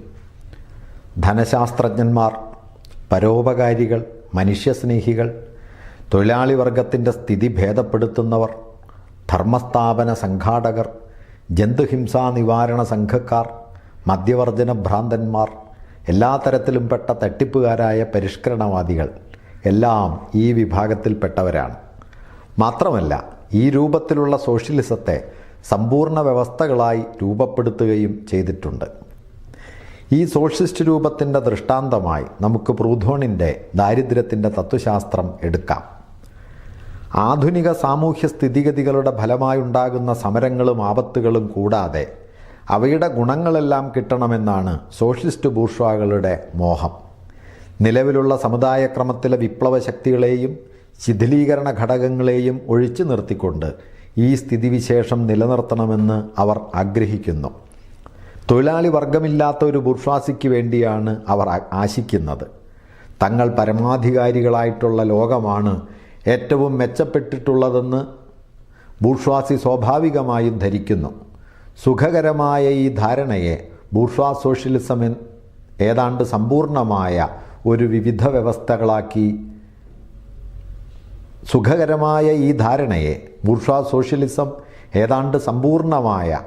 വ്യവസ്ഥകളാക്കി വളർത്തിയിട്ടുണ്ട്. ഇത്തരമൊരു വ്യവസ്ഥ നടപ്പാക്കണമെന്നും അങ്ങനെ പുതിയൊരു സാമൂഹ്യ യെറുശലേമിലേക്ക് നേരിട്ട് മാർച്ച് ചെയ്യണമെന്നും അത് തൊഴിലാളി വർഗത്തോട് ആവശ്യപ്പെടുമ്പോൾ തൊഴിലാളി വർഗം നിലവിലുള്ള സമുദായത്തിൻ്റെ നാലതിരുകളിൽ ഒതുങ്ങി നിൽക്കണമെന്നും ബൂർഷ്വാസിയെ സംബന്ധിച്ച എല്ലാ ഗർഹണീയ അഭിപ്രായങ്ങളും വലിച്ചെറിയണമെന്നും ആവശ്യപ്പെടുക മാത്രമാണ് വാസ്തവത്തിൽ ചെയ്യുന്നത്. ഈ സോഷ്യലിസത്തിൻ്റെ ഇത്ര തന്നെ സംഘടിതമല്ലെങ്കിലും കൂടുതൽ പ്രായോഗികമായ രണ്ടാമതൊരു രൂപം വെറും രാഷ്ട്രീയമായ പരിഷ്കാരങ്ങൾ കൊണ്ടൊന്നും ഗുണമില്ലെന്നും ഭൗതിക ജീവിത സാഹചര്യങ്ങൾക്ക് സാമ്പത്തിക ബന്ധങ്ങൾക്ക് മാറ്റം വന്നാൽ മാത്രമേ മെച്ചമുള്ളൂ എന്നും കാണിക്കുന്നതിലൂടെ തൊഴിലാളി വർഗത്തിൻ്റെ കണ്ണിൽ എല്ലാ വിപ്ലവ പ്രസ്ഥാനങ്ങളെയും കരിതേച്ച് കാണിക്കാൻ ശ്രമിച്ചു. എന്നാൽ ഈ സോഷ്യലിസത്തിൻ്റെ വിവക്ഷയിൽ ഭൗതിക ജീവിത സാഹചര്യങ്ങളിൽ മാറ്റം വരുത്തുക എന്നതിൻ്റെ അർത്ഥം ഉൽപ്പാദനത്തിൻ്റെ ബൂർഷ്വാ ബന്ധങ്ങളെ അവസാനിപ്പിക്കുകയല്ല, അതിന് ഒരു വിപ്ലവം തന്നെ വേണമല്ലോ. നേരെ മറിച്ച് ഈ ബന്ധങ്ങൾ തുടർന്ന് നിലനിർത്തിക്കൊണ്ടുള്ള ഭരണപരിഷ്കാരങ്ങൾ എന്നാണ്. അതായത് മൂലധനവും അധ്വാനവും തമ്മിലുള്ള ബന്ധങ്ങളെ ഒരു വിധത്തിലും ബാധിക്കാത്തതും എന്നാൽ കവിഞ്ഞ വർഷം ബൂർഷ്വാ ഗവൺമെൻറ്റിൻ്റെ ചെലവ് ചുരുക്കാനും ഭരണനിർവഹണ ജോലിയെ ലഘൂകരിക്കാനും മാത്രം ഉതകുന്നതുമായ പരിഷ്കാരങ്ങൾ. വെറുമൊരു അലങ്കാര ശബ്ദമായി തീരുമ്പോൾ മാത്രമാണ് ബൂർഷ്വാ സോഷ്യലിസത്തിന് മതിയായ പ്രകടരൂപം ലഭിക്കുന്നത്.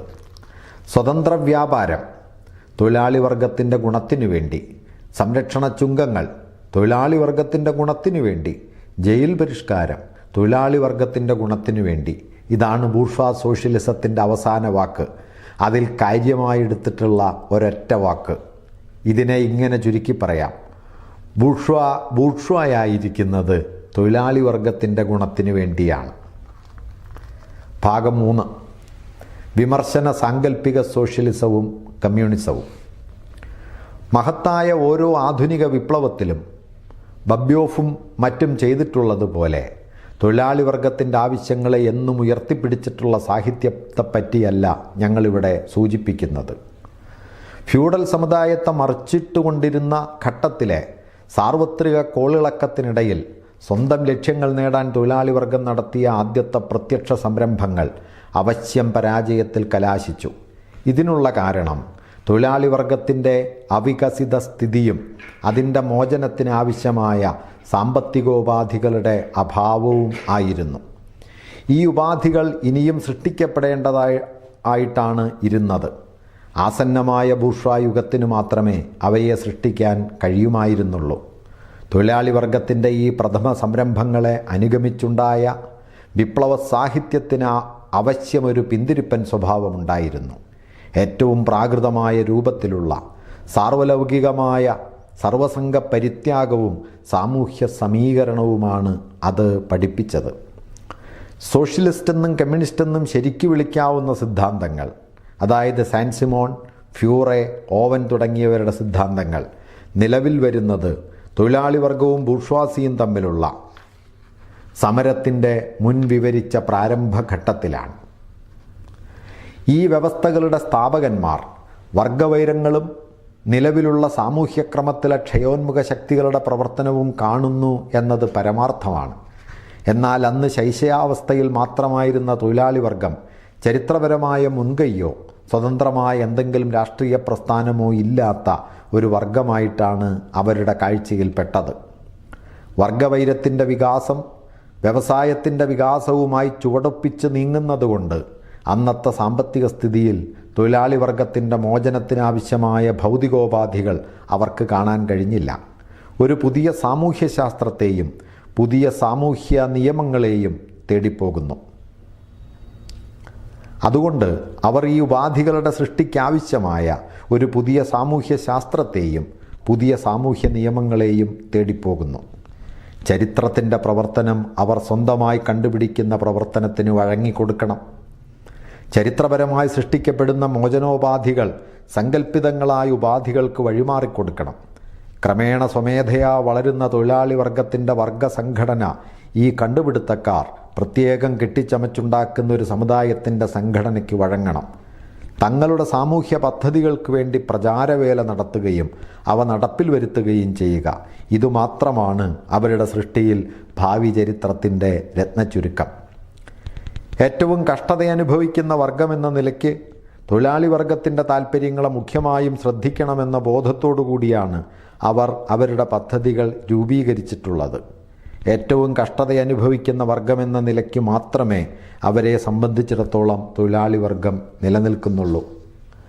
വർഗസമരത്തിൻ്റെ അവികസിതാവസ്ഥയും അതുപോലെ സ്വന്തം പരിതസ്ഥിതികളും മൂലം തങ്ങളെ എല്ലാ വർഗവൈരങ്ങൾക്കും എത്രയോ ഉപരിയാണെന്ന് ഇത്തരം സോഷ്യലിസ്റ്റുകാർ സ്വയം കരുതുന്നു. സമുദായാംഗങ്ങളിൽ ഓരോരുത്തരുടെയും ഏറ്റവും സുഖസൗകര്യങ്ങൾ അനുഭവിക്കുന്നവരുടെ പോലും സ്ഥിതി നന്നാക്കണമെന്ന് അവർ ആഗ്രഹിക്കുന്നു. തൽഫലമായി വർഗവ്യത്യാസം നോക്കാതെ സമുദായത്തോടൊട്ടാകെ പോരാ, ഭരണാധികാരി വർഗത്തോട് പ്രത്യേകിച്ചും അവർ അഭ്യർത്ഥിക്കുന്നു.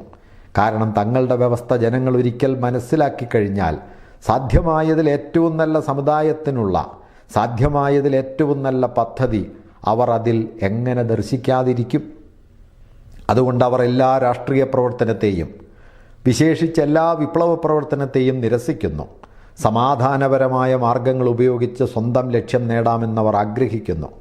പരാജയപ്പെടാതിരിക്കാൻ നിർവാഹമില്ലാത്ത ചെറു പരീക്ഷണങ്ങൾ നടത്തിയും മാതൃകാപരമായ പ്രവർത്തനത്തിൻ്റെ ബലം കൊണ്ടും ഈ പുതിയ സാമൂഹ്യ സുവിശേഷത്തിലേക്ക് വഴിതെളിക്കാൻ അവർ ശ്രമിക്കുന്നു.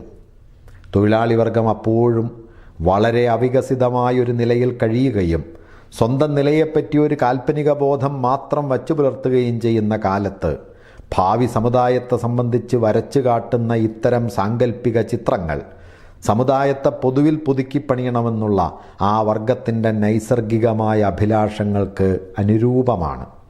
എന്നാൽ ഈ സോഷ്യലിസ്റ്റ് കമ്മ്യൂണിസ്റ്റ് പ്രസിദ്ധീകരണങ്ങളിൽ വിമർശനത്തിൻ്റെ ഒരംശവും അടങ്ങിയിട്ടുണ്ട്. നിലവിലുള്ള സമുദായത്തിൻ്റെ എല്ലാ പ്രമാണങ്ങളെയും അവ എതിർക്കുന്നു. അതുകൊണ്ട് തൊഴിലാളി വർഗത്തിൻ്റെ ഉത്ബുദ്ധതയ്ക്ക് ഏറ്റവും വിലപിടിച്ച സംഗതികൾ അവയിൽ നിറയെ ഉണ്ട്.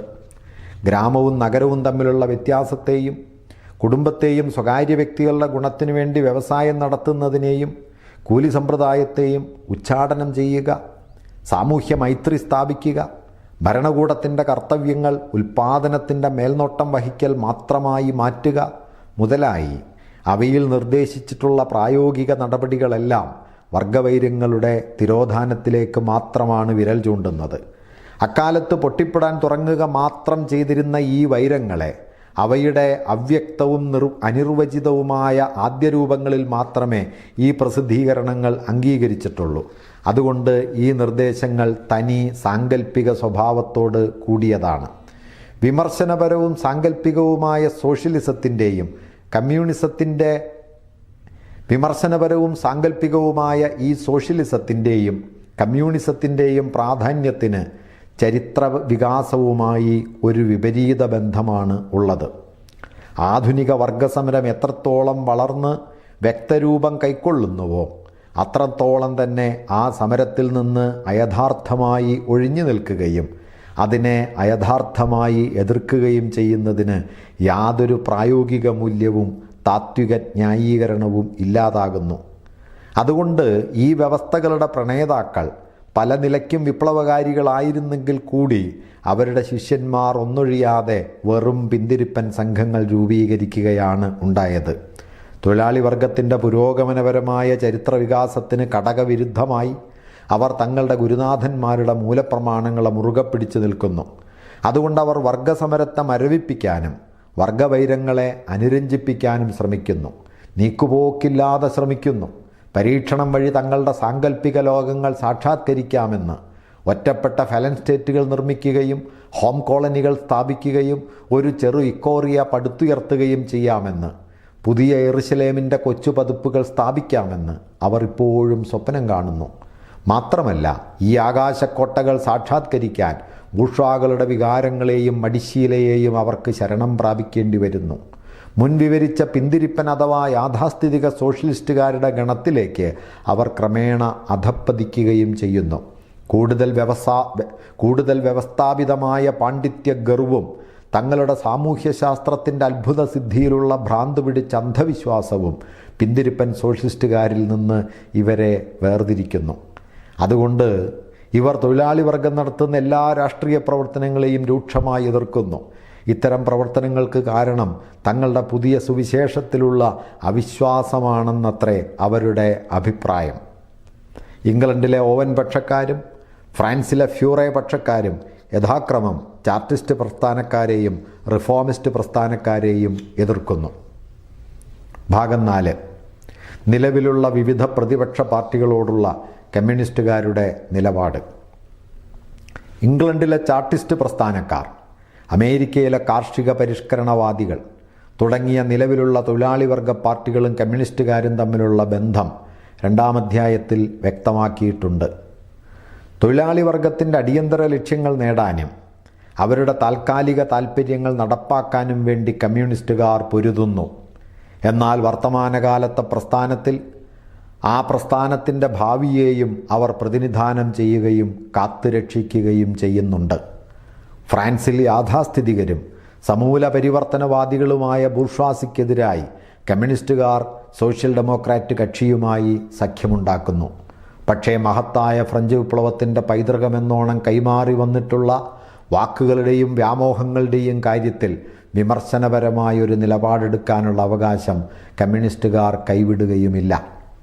സ്വിറ്റ്സർലൻഡിൽ അവർ റാഡിക്കൽ കക്ഷിയെ അനുകൂലിക്കുന്നു. പക്ഷേ ആ കക്ഷിയിൽ വിരുദ്ധ ശക്തികൾ, ഭാഗികമായി സോഷ്യൽ ഡെമോക്രാറ്റിക് സോഷ്യലിസ്റ്റുകാരും ഭാഗികമായി റാഡിക്കൽ ബൂർഷകളും അടങ്ങിയിട്ടുണ്ടെന്നുള്ള യാഥാർത്ഥ്യം അവർ വിസ്മരിക്കുന്നില്ല. ദേശീയ മോചനത്തിനുള്ള പ്രാഥമികമായ ഉപാധി എന്ന നിലയിൽ കാർഷിക വിപ്ലവത്തിൽ ഊന്നിപ്പറയുന്ന പാർട്ടിയെയാണ് 1846 ക്രാക്കോവിലെ സായുധ വിപ്ലവം ഇളക്കിവിട്ട പാർട്ടിയെയാണ് പോളണ്ടിൽ കമ്മ്യൂണിസ്റ്റുകാർ പിന്താങ്ങുന്നത്. സ്വേച്ഛാധിപത്യപരമായ രാജവാഴ്ചയ്ക്കും